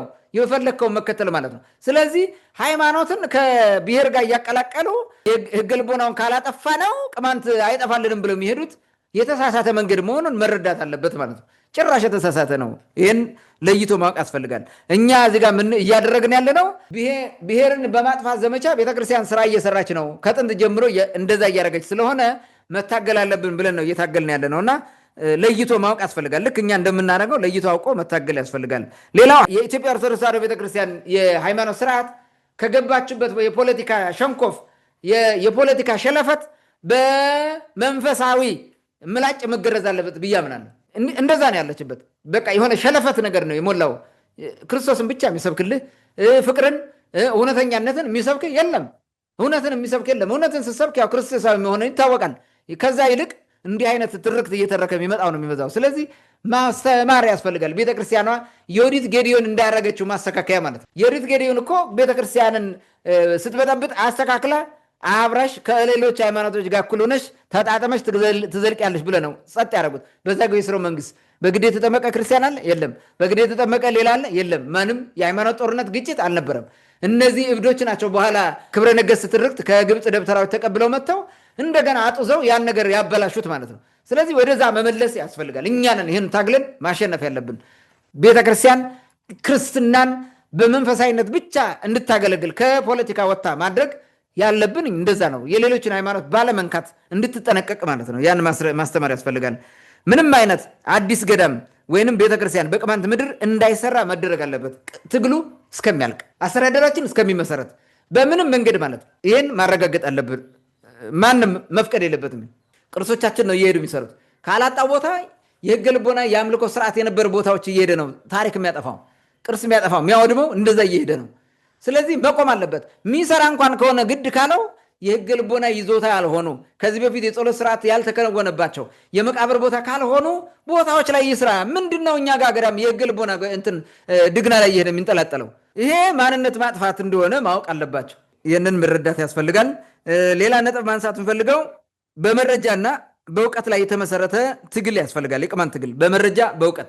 ያለ መረጃ ዝም ካልክ ይኸው እንደዚህ ይጫወትብሃል። ማንም ብድግ ብሎ ማለት መረጃ ካለ ይሄ ነገር ኖ በየት በኩል ለምን ብለህ ትይዘዋለህ። መረጃ ከሌለ ግን ይጫወትብሃል። ይሄን ነገር አዙሮ እኮ ይሄን ነገር ገድል ሆነ የመድኃኒዓለም ተአምር እዚህ የተሰራ ብሎ እኮ ተጽፎ ይመጣልህና ይነበባል። እዛ ላይ ሁልጊዜ ሂደህ አብረህ እዛ አስቀድሰህ ትሰማለህ ብለህ ትመለሳለህ። ይውልሲ ይሄን ነው የሚያደርጉት። ዘንዶ እንደዚህ አድርገህ ነው ሁሉ ብለው ይጽፋሉ። ዝም ብለህ ከቀጠልክ ማለት ነው። ስለዚህ ይህንን መረዳት ያስፈልጋል። መረጃ እውቀት ያስፈልጋል ማለት ነው። ሌላው በቅማንት ምድር ያሉ ገዳማት በስውር የሚሰሩትን እና የሚሰብኩትን የሚያደርጉትን መመርመር ያስፈልጋል። መመረጃ ያስፈልጋል። መረጃ አስተማር ራሱ ማለት ነው። በደንብ አድርገህ እዛ ጋ ነው የሴራ ስራ የሚሰራው። ምን ሊያደርጉ እንደፈለጉ የሚሰሩት በየገዳሙ ውስጥ ያለ የአማራ ደብተራ እዚህ ትግል ድንጋም ሁን ምን ሁን እየደወለ የሚያስገድልህም በዚህ በኩል እንዲህ እየተባለ ነው ምን እያለ መረጃ የሚሰጥብህ ይሄ ነው። በደንብ አድርገህ መከታተል ማጥናት ያስፈልጋል። መንፈሳዊ ስላልሆነ ማለት ይሄ ጥላቻም አይደለም። ራስን ለማትረፍ የምታደርገው እንትን ነው ማስተካከያ እርምጃ ማለት ነው። እንደዛ ካላረክ ችግር ውስጥ ትወድቃለህ። ሰው ቅማንቱ ይህንን መረዳት ያስፈልጋል። ሌላው የቀደመ የጭቆና ታሪክን አለመርሳት፣ ለወደፊቱ የሚመጣውንም ትልቅ መሰረት የሆነ ታሪክ መስራት ያስፈልጋል። ያለፈ ታሪክን ያለፈ መከራህንና ግድያን ከረሳው እንዴት ሆነ አሁን ትጠበቃለህ? አለቀ እኮ። እኔ አንዳንዴ ለምንድን ነው ፍየል የምንሆነው? ፍየል አንድ ጊዜ ቀበሮ መጥቶ አንዱን ከነጠለ በኋላ ትንሽ ለፍለፍ ብለው ወደዛ ፈርገግ ካሉ በኋላ እዛው መልሰው ነው ቅጠል የሚበሉት፣ መልሶ አፍነው ይወስዳቸዋል። በጎች ግን አንዴ ከዛ እንትን አምርረው ነው የሚጠሩት። የዛ ቦታ ዘመዳቸው ወይም ጓደኛቸው ከተበላበት ቦታ አይሄዱም። በጎቹ ለረጅም ጊዜ አይሄዱም እስከሚረሱት ማለት። ለምንድን ነው ቅማንት ወደሚረሳው? ስንት ነገር እኮ ተደረገ አይደል እንዴ? ምንድነው ደብተራ ሲያደርገን የመጣው? ምንድነው የአማራ ልሂቅ እያደረገን የመጣው? አሁን ምንድነው ያደረገን? ቁስቋም ላይ ስንት ሰው ነው እንዴ በአንድ ጊዜ የተቀበረው? 96 መንገድ ተገሎ ከሳምንት በላይ ምናምን ሬሳው ቆይቶ ፈርሶ ማለት። ሌላ ቦታ የተገደል ነው። በየቦታው እየተፈናቀልክ እየተሳደርክ በቅማንትነት የመጣሁን ይሄ እንዴት ትረሳለህ? እንዴት ነው የምትረሱት? ይሄ መረሳት የለበትም። ያለፈው የአባቶቻችን ስቃይ መከራ፣ ያ ሁሉ ችግር ኢትዮጵያ ሙሉ ህዝብ የነበረን አሳንሰው ዛሬ እዚህ ያደረሰን እንዴት ትረሳዋለህ? ዋይ ምን አይነት ህሊና ቢኖራችሁ ነው? ይሄንን መረዳት ያስፈልጋል። በፍጹም እንዳትረሱ ቅማንቶች፣ አትርሱ። መርህ አልባ ግንኙነትን ማስወገድ ያስፈልጋል። መርህ ያስፈልጋል። ጥንቃቄ የተሞላበት ግንኙነት ነው። ከደብተራ ጋር ስታወራ ጥንቃቄ የተሞላበት ነው። እውነተኛ የሆኑ አገልጋዮችን ብቻ ፈልገህ ከነሱ ጋር ተገናኝ። ከዛ ውጭ በየሰፈሩ ቤተክርስቲያን እያሉ እንዳሸን የሚያፈሉት ለራሳቸው ጥቅም ብለው መከላከል አለበት። ሰው ኖ ማለት አለበት። መጀመሪያ ላይ አሁን የትግል ድንጋይ ያሉ ተጣልቶ የሆነ ነገር ለራሱ ከሰራ እዛ ተጣልቶ መጥቶ እዚህ ቤተክርስቲያን ሰርቶ እንዴት ነው አንተን የሚቀድስህ? ሳይታረቅ እዛ ተጣልቶ እኮ ነው አብሮ መኖር አቅቶት ማለት ነው። ከጽርሐ አርያም የተባለው የባጀን አባት ድግና ተጣልተ ሌላ ቦታ ሂደ ገዳም ሰርተ እንዴት አድርጎ ይባርካል? ቂመኛ ነው። ተጣልቶ ነው አይሄደው፣ አይስማማማ። ፍቅር የሌለበት ነው። ፍቅር የሌለበት ደግሞ እንደሚንሿሿ ጽናጽል ነው ብሎታል አይደል እንደ ቅዱስ ጳውሎስ። ምን ዋጋ አለው? ስለዚህ ይህን መረዳት አለባቸው እና በህብረተሰቡ ጥንቃቄ ቢያደርግ። ይሄን ማለት ራሳችሁን እንድትጠብቁ ነው። ሃይማኖታችሁን ጣሉ ማለት አይደለም። በአግባቡ ሃይማኖታችሁን ያዙ። ግን ሃይማኖት የሚጠብቀውን ስራ ነው ማድረግ ያለባችሁ እንጂ ደብተራ የሚያደርገውን አታድርጉ። ደብተራ አታምልኩ። እሱ ለራሱ ንስሐ መግባት ያስፈልገዋል እና በአግባቡ ሁሉም ነገር በስርዓትና በአግባቡ ቢሆን ጥሩ ነው እላለሁ። ታንኪ መልካም። ዘንድር በመጨረሻ ላነሳቸው መልእክቶች ከልብ አመሰግናለሁ። ምናልባት ይሄ ቤተክርስቲያኑ ገዳሙ በህግ መጠየቅ አለበት የሚለውን ማስመር ፈልጋለሁ። እንግዲህ በማስረጃ እነሱ የተናገሯቸውን ውሻ የሞተበትም ይሁን ዘመድ የሞተበትም ይሁን ሁለት ዲያቆን ሞተ ያሉትም እነሱም ይሁን ማንም ይሁን እንግዲህ ዲቁና ከሆነ ምናልባት የዛ አካባቢ ማህበረሰብ በቅርብ ነው ወደዚህ ወደ ክርስትናው እምነትም የገባው ገልቦናው መሳደብ ስለፈለጉ ነው ቅድም እንዳልከው ሲያነሱት የነበረውና እነዚህን ማስረጃዎች ከራሳቸው አንደበት የወጣውን በማደራጀት ለህግ መቅረብ አለባቸው የሚለውን ማስመር ፈልጋለሁ። በተለይ ደግሞ ይህ ዩቲዩብ ሰርቶ ማለት ዩቲዩበሩ ራሱ ሚዲያው አርያም ሚዲያ የሚባለው ይህ ሰርቶ ያቀረበውን ቪዲዮ ከሚዲያ መውረድ አለበት። ምክንያቱም ምን ያክል ጥላቻው እየተስፋፋ እንደሚሄድ ስለሚታወቅ በህግ ከቀረቡ በኋላ እኛ እጃችን ላይ ገብቷል፣ አይጠፋም። ግን ከዛ ላይ መውረድ መቻል አለበት። ምናልባት ምላሽ ከተሰጠ በኋላ ደግሞ እኛ መልሰን እንትን የምንለው ይሆናል ማለት ነው። እንግዲህ ሰው ተደራጅቶ እንዳልከው በህግ መጠየቅ ያለበት በህግ መጠየቅ አለበት፣ እርምጃ መውሰድ ያስፈልጋል የሚለውን ማስመር ፈልጋለሁ። ውድ አድማጭ ተመልካቾቻችን ለዛሬ የነበረን ውይይት ይህን ይመስል ነበር። እንግዲህ ይሄ አርያም የሚባለው ሚዲያ ያስተላለፈውን በገርድባ መድኃኔዓለም ገዳም አማካኝነት የተላለፈውን ጥላቻ መጥፎ ንግግር በተመለከተ ያቀረብንላችሁ ውይይት ይህን ይመስል ነበር። በድጋሚ በሌላ ፕሮግራም እስከምንገናኝ መልካም ጊዜ ይሁንላችሁ።